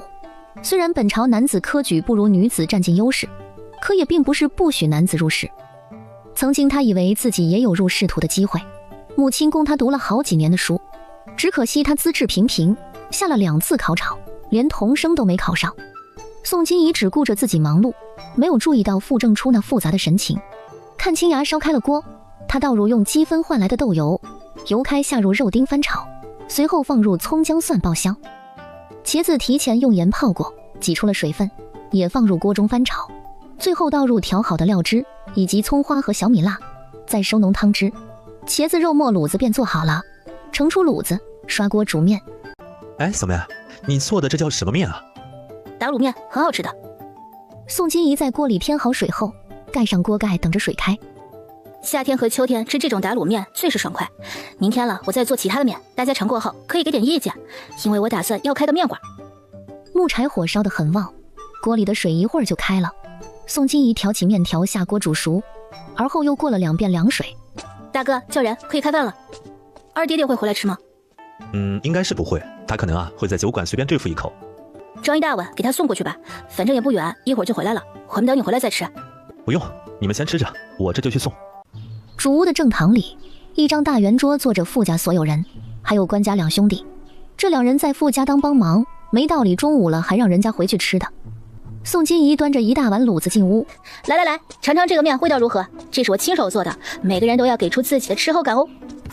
老大呢？他干什么去了？怎么能让你下厨做饭啊？我让大哥给二爹爹送面去了，他一会儿就回来。是我自己执意要下厨的，我想让大家尝尝我的手艺，然后给出意见。我打算把房子修完了后，就开一家面馆或者是饭馆。洛川闻言也不说什么了，可是看着女儿那双白白净净的小手，以后天天窝在厨房里做饭，他就过意不去。关家兄弟俩听闻也挺意外的，像宋金怡这种姑娘，白白净净的，一看就像是娇娇女那种。她吃过最多的苦，估摸着也就是读书的苦了。可是二人谁也没想到，宋金怡还会下厨。青芽帮大伙挑面，宋金怡负责浇上卤子。卤子需要拌开，面才会有味道。大伙听话的拌开卤子。这个面，这个面的味道真好吃哎！真的好吃，阿姐你太厉害了。他们都在心里感叹，阿姐到底是什么神仙姐姐啊？怎么又会医术又会下厨的？太厉害了吧！这个味道很特别呀，跟平常吃的汤面完全不一样啊！这卤子也是咸淡适中，哎呀，香，太香了。好吃啊，比汤面吃起来都要凉爽，很开胃。这种新式的面若是推广出去，面馆的生意肯定火爆。就连关家那两兄弟都被这个打卤面的味道给折服了，心想这姑娘好优秀，他们二人好像哪里都配不上人家。宋金怡没有动，她在等着傅正初回来一起吃。等傅正初回来了，宋金怡连忙起身给他盛了面，而后自己也开动。好吃，就这个卤子，我觉得泡饭里都是香的。打卤面的精髓的确在这个卤子上，泡饭吃也不是不可以的。这个做法简单吧？如果开面馆的话，可以一次性把卤子多做一天，或者是做够1天的量，这样来人了直接煮个面就行，特别简单。那能交给别人吗？洛川想的是，他女儿不能一直窝在后厨房里，最好能教会他们做，女儿只要在柜面上收收账就好。能教的。好，那你就教郑初或者陈周做，以后面馆开起来就让他们兄弟忙活，厨房里的粗活不适合你做啊。行，那以后我都交给大哥和三弟。好。宋金怡不知道的是，这里的男人巴不得多一项本事傍身，以后好能笼络住自己的妻主，不然一事无成，他拿什么争宠？饭后，宋金怡跟着大家继续收拾房子。干活的时候，关家那俩兄弟一直在他身边打转，他干什么，这两人就抢着干什么。我说你们两个够了，你看看你们两个抢走我的活哪样干明白了？地没有扫干净，这灰尘也没有干净，这不添乱吗？哪里不行你告诉我们，我们重新做。你哥俩别忙活了，你们俩就是在我家当一辈子长工，我也不可能喜欢上你们。为什么？因为你俩的外在条件没有达到我的标准，我喜欢长得好看的，你们俩长得太大众了。洛川一边干活一边在心里想，喜欢好看的，以后碰见好看的给闺女留意留意。可是那个青芽也没有比我们好看到哪儿去啊。她是不算太好看，但是她有肌肉。你可以长得不行，可是身材不能也不行啊。青芽身上的胸肌腹肌一亮出来，她就是单单站在那儿都能勾引到我。你再看你们细狗一个，哎呀，根本就没眼看。洛川听到这儿，差点从板凳上栽下去，目光不由自主地打量了眼青芽那壮硕的身材，肌肉的确很结实，怪不得这个青芽能被闺女看上，原来是看上了人家的身材。他在心里默默地记下，闺女还喜欢身材好的，有肌肉的。在院中忙活的青芽也听到了，瞅着自己因身子紧绷而饱满的胸肌，嘴角止不住上扬。既一说他喜欢，那他以后就用这身材勾引他。关家兄弟俩终于走了，终于没人在身边姑娘的叫。宋金怡都不知道自己有多清静，心情好，干活都是有劲儿的，一直忙碌到傍晚，宋金怡便去做饭了。青芽见状，连忙跟过去帮忙打杂。2个小时，宋金怡一共做了8道菜：糖醋排骨、红烧猪蹄、大骨棒汆酸菜，外加1道水煮鱼，还有4道素菜：麻辣豆腐、拍黄瓜、青椒干豆腐，再来1道地三鲜。待饭菜上桌，一道道色香味俱全的菜肴，把富家人惊的眼珠子都要掉出来了。这都是金怡买的？哎呦，这也太破费了。是啊，以后不用这么丰盛，你手里的银子省着些花。银子不用担心，我这还有几百两呢，够花的。我还想着等房子修完了，就盘下一间铺子开个店，以我的手艺，应该不愁挣钱的。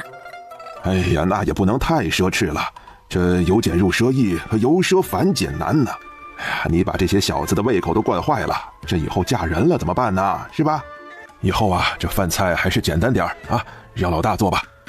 可是阿爹，我也被惯坏了呀！我从小到大每顿都从未离开过肉，我也吃不惯简单的粗粮。那你就自己吃啊，别惯着他们。那怎么想？我怎么能自己吃独食呢？让弟弟们和爹爹们看着。再说了，几个弟弟正是长身体的时候，这时候吃得不好，怎么会有个好身体啊？身体强壮才能身体好，少生病，干活也才有力气。那吃吧，看四弟这个小身板多瘦啊，必须要多吃一点，好好补补。两人下意识地看向洛川，都没动筷子，看得宋金怡轻叹了一声。洛川也不絮叨了，说不过宋金怡那张嘴。哎呀，别看我了，快动筷子吧，凉了就不好吃了。你们阿姐呀，她怎么说都有理，我说不过她。金怡呀，你要想吃肉呢，以后每顿有个1-2道肉菜就够了。像今天这种啊，真的太奢侈了啊！咱过年再吃，行吧？行，下顿我掂量着做。快吃吧，阿姐做的肉可好吃了，你亲家姐夫刚刚都说要把它给吃哭了呢。众人开始动筷。这是京城名厨教出来的吗？京城酒楼的饭菜都这么好吃吗？这可不是名厨教的，是我自己研究出来的，调料都是我独家秘制的，除了我，没有人能做出来这些菜。厉害了，这要是开一家酒楼，肯定能揽客。会有机会的。想法是好的，只是如果开在这千城县不太理想，县上的百姓大多都是普通百姓，家里也都不富足啊。你这菜做的这么好吃，价格肯定不能太低喽。可若是价格高了的话，这客人就不会有那么多了。如果是开在北阳城里呢，那倒是能有些赚头。照阿爹这么说，那咱们家的酒馆盈利吗？这酒馆的生意还好，来酒馆买酒的大多数是县外30里地的驻军将士，他们每10天出来采买食物，会买很多酒回去。这太平年间军队的管理制度并不严苛，是允许将士们喝酒吃肉的。若是没有驻军将士们照顾生意，这酒馆早就开不下去了。宋金怡闻言目露了然，原来千城县30里外驻扎着镇守边关的军队呀。若是这样，那酒馆里增添一些下酒菜，是不是也能赚一笔？阿爹，我会做一些下酒菜，能不能放在酒馆里面一起卖？你觉得能不能卖出去？那这就得看是什么样的下酒菜了，应该是可以卖出一些的啊。离军队下一次出来采买还有几天？还有4天。那我明天就做一些，大家尝尝味道，觉得可行的话，4天后咱们试试。宋金怡想做些卤货，那玩意儿在现代就是下酒菜，调料可以从系统商城里兑换，这种在现代很便宜的东西，几个积分就能兑换一大堆。可以，需要我们帮忙的地方尽管吩咐。放心吧，有需要我不会客气的。一顿丰盛的晚饭把众人都吃撑了，实在是菜做得太好吃了，哪怕吃饱了都还想再来2口。桌上的菜几乎全部光盘，连酸菜汤都没剩。常青直呼这汤的味道特别醇厚鲜美。这汤是纯猪骨棒熬出来的汤，加了酸菜进去，不仅味道好，营养价值也很高。好好吃哦！阿姐简直是这个世界上最厉害、最漂亮、最了不起的阿姐。看你撑的，快起来运动运动，要不晚上会睡不着的。我帮哥哥们去洗澡，阿姐累了一天了，辛苦了，你歇着。我去给你烧洗澡水。那我去房里铺床。夜幕降临，傅家人都洗漱休息了。宋金怡身着里衣，在门口堵住了刚冲完冷水澡回来的青芽。她光着膀子，下身只穿了一条黑色的蟹裤，饱满的胸肌和腹肌全部裸露在外，古铜色的肤色让她看上去充满了野性的美。来，给我摸摸。青芽没动，但她心里是很想去的，可是一想到每次温存过后的后果。我刚洗完澡。什么意思？怎么我摸几下还能把你给摸脏了不成？青芽嘴角苦笑了一下，显然她没明白自己话中的深意，不是脏了，而是要重新洗。宋金怡根本不知道她对自己来说有多致命。不来算。给你摸，金怡，你别生气。鼻尖深深嗅着她的味道，青芽目露几分迷离。宋金怡转过身来，抬眸望着她沉醉的模样，一双手全部攀上她的胸膛，踮起脚尖吻上她的唇。很晚了，睡吧。再不去，她觉得自己就要。可今日的宋金怡却不想放她走。别走了，一起。为什么？什么？你今天有点反常，突然说要和我成亲，如今又要我留下，为什么这么突然？静怡，给我一个理由。你这么突然，我心好慌。我之前一直对这里没有归属感，我以为我不属于这儿，更不属于这个世界，所以从未对这里的人和事认真过。可是今天有人告诉我，我回不去我原本的家了，我要一辈子留在这儿，一辈子也挺长的。我想我该认真了。所以青雅，想要吗？我的人，只要你不背叛我，我会负全责。求之不得。他用力吻了上去，一手揽住她的腰，轻轻用力便提了起来，随后几步便拥着她来到床边。室内的温度在节节攀升。会不会伤到你？我可以再等2年。来。房间里很快响起了一声很轻的痛呼，没一会儿，断断续续、压抑且难耐的声音持续响起，羞得窗外的月亮都隐进了乌云之中。翌日，宋金怡醒来时，窗外的天早已大亮，身旁没了青芽的身影。她想伸个懒腰，然而腰身一动，便酸痛的她僵住了身子，麻了。那个野蛮人昨夜不知厌足的很，折腾到他放过他。习武之人久得这么离谱吗？这一顿过后，他估摸着10天半个月都不会再想了。但累也是真的累。宋金怡受不住地喝了几口灵泉水，希望能缓解一下浑身的酸痛。好不容易撑着身子起来，这感觉就像跑了一场马拉松，布洛芬下肚都得不知道该去哪儿。说实话，他谈过的哪个前任都没有青芽这么强。终于醒了。对不起，昨夜累到你了。都叫停了，你像聋了似的，弄得我这身上像是要散架了一样。以后我再让你爬我的床，我就不信送。我错了，我下次一定注意。不是七主，你原谅我这一次，或者你抽我几下，打几巴掌都行，我都愿意受着。去，滚远点！我以为你也是爽的。我爽你大爸！好像这会儿灵泉水起作用了，他下床活动了一会儿，身上的酸痛渐渐消除。梳好头发出门，青芽一直跟在他身后。你们吃早饭了吗？我饿了。吃了，但吃的都是一些清粥野菜，你不喜欢吃。隔壁街道有一家卖馄饨的，我去给你买一碗馄饨，怎么样？那还不快去，我都饿了。哎，我这就去。哎，你有银子吗？青芽摇了摇头。没银子，人家能卖你东西吗？喏，剩下的你留着吧。好。青芽接过银子，快步走了出去。来到院子里，宋金怡发现傅家人竟然都不在，而且听着前面竟然隐隐有吵闹的声音传来。这是小妹掏银子买的宅子，让谁住她说了算，您闹也没用。她是傅家的子嗣，就是我的孙女儿，晚辈孝敬长辈，天经地义。我是傅家的祖宗，你们发达了不接我过来享福，就是不孝。我不管，把那个不孝女给我叫出来，我今天就要住进这宅子里。谁要住进我的家里啊？小妹啊，你总算来了，老太太她不讲理。讲理？死老太婆要是讲理，就不会偏心帮着小女儿了。就是你嚷嚷着要住进我家是吧？上次是那板凳没有打在你身上，所以你又觉得你行了？大伙儿可都听见了，这可是他自己承认的。那天我老太婆登他家的门，差点挨他一顿毒打。这就是京城人家教出来的规矩教养，连祖宗都打呀，这可是大不孝的行为。你今日不肯认错，看以后这千城县哪家的儿子会愿意娶你？打长辈？哎呦，这可真不像话了，这可是他祖母啊，哪有祖母登门用板凳招呼的？这姑娘看着很好啊，漂亮又有气质，怎么人品差成这样？这种姑娘可不能嫁，连本家的祖母都喊打喊杀的，亲家的没准更招她烦。周围议论的声音传入傅老太太的耳中，让她那吊梢眼里闪过一丝得意。人言可畏，今天必得压这小贱蹄子一头。抬眸看着眼前这气派的宅院，傅老太太面上满是贪婪之色。她这辈子都没住过这么好的宅子，这个死丫头到这第2天就买了这么大个宅子，定是在那个养家拿了不少银子回来。看她想法子把那些银子都划拉她兜里来。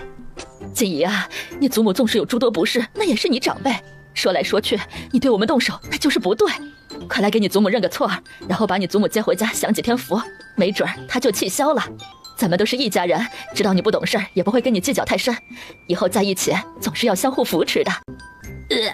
你们母女俩是怎么舔着个脸说出这种话的？你个死老太婆，只说了你登门差点被我打了，那怎么不说说你为何差点被我打呀？你趁我娘过世，亲生女儿尚未归家，打着富家家产不能留给外男为由，把我娘这些年来攒下的家底全都抢走了。以前的房子、田地，还有个布庄吧，全都给你二女儿划拉了去。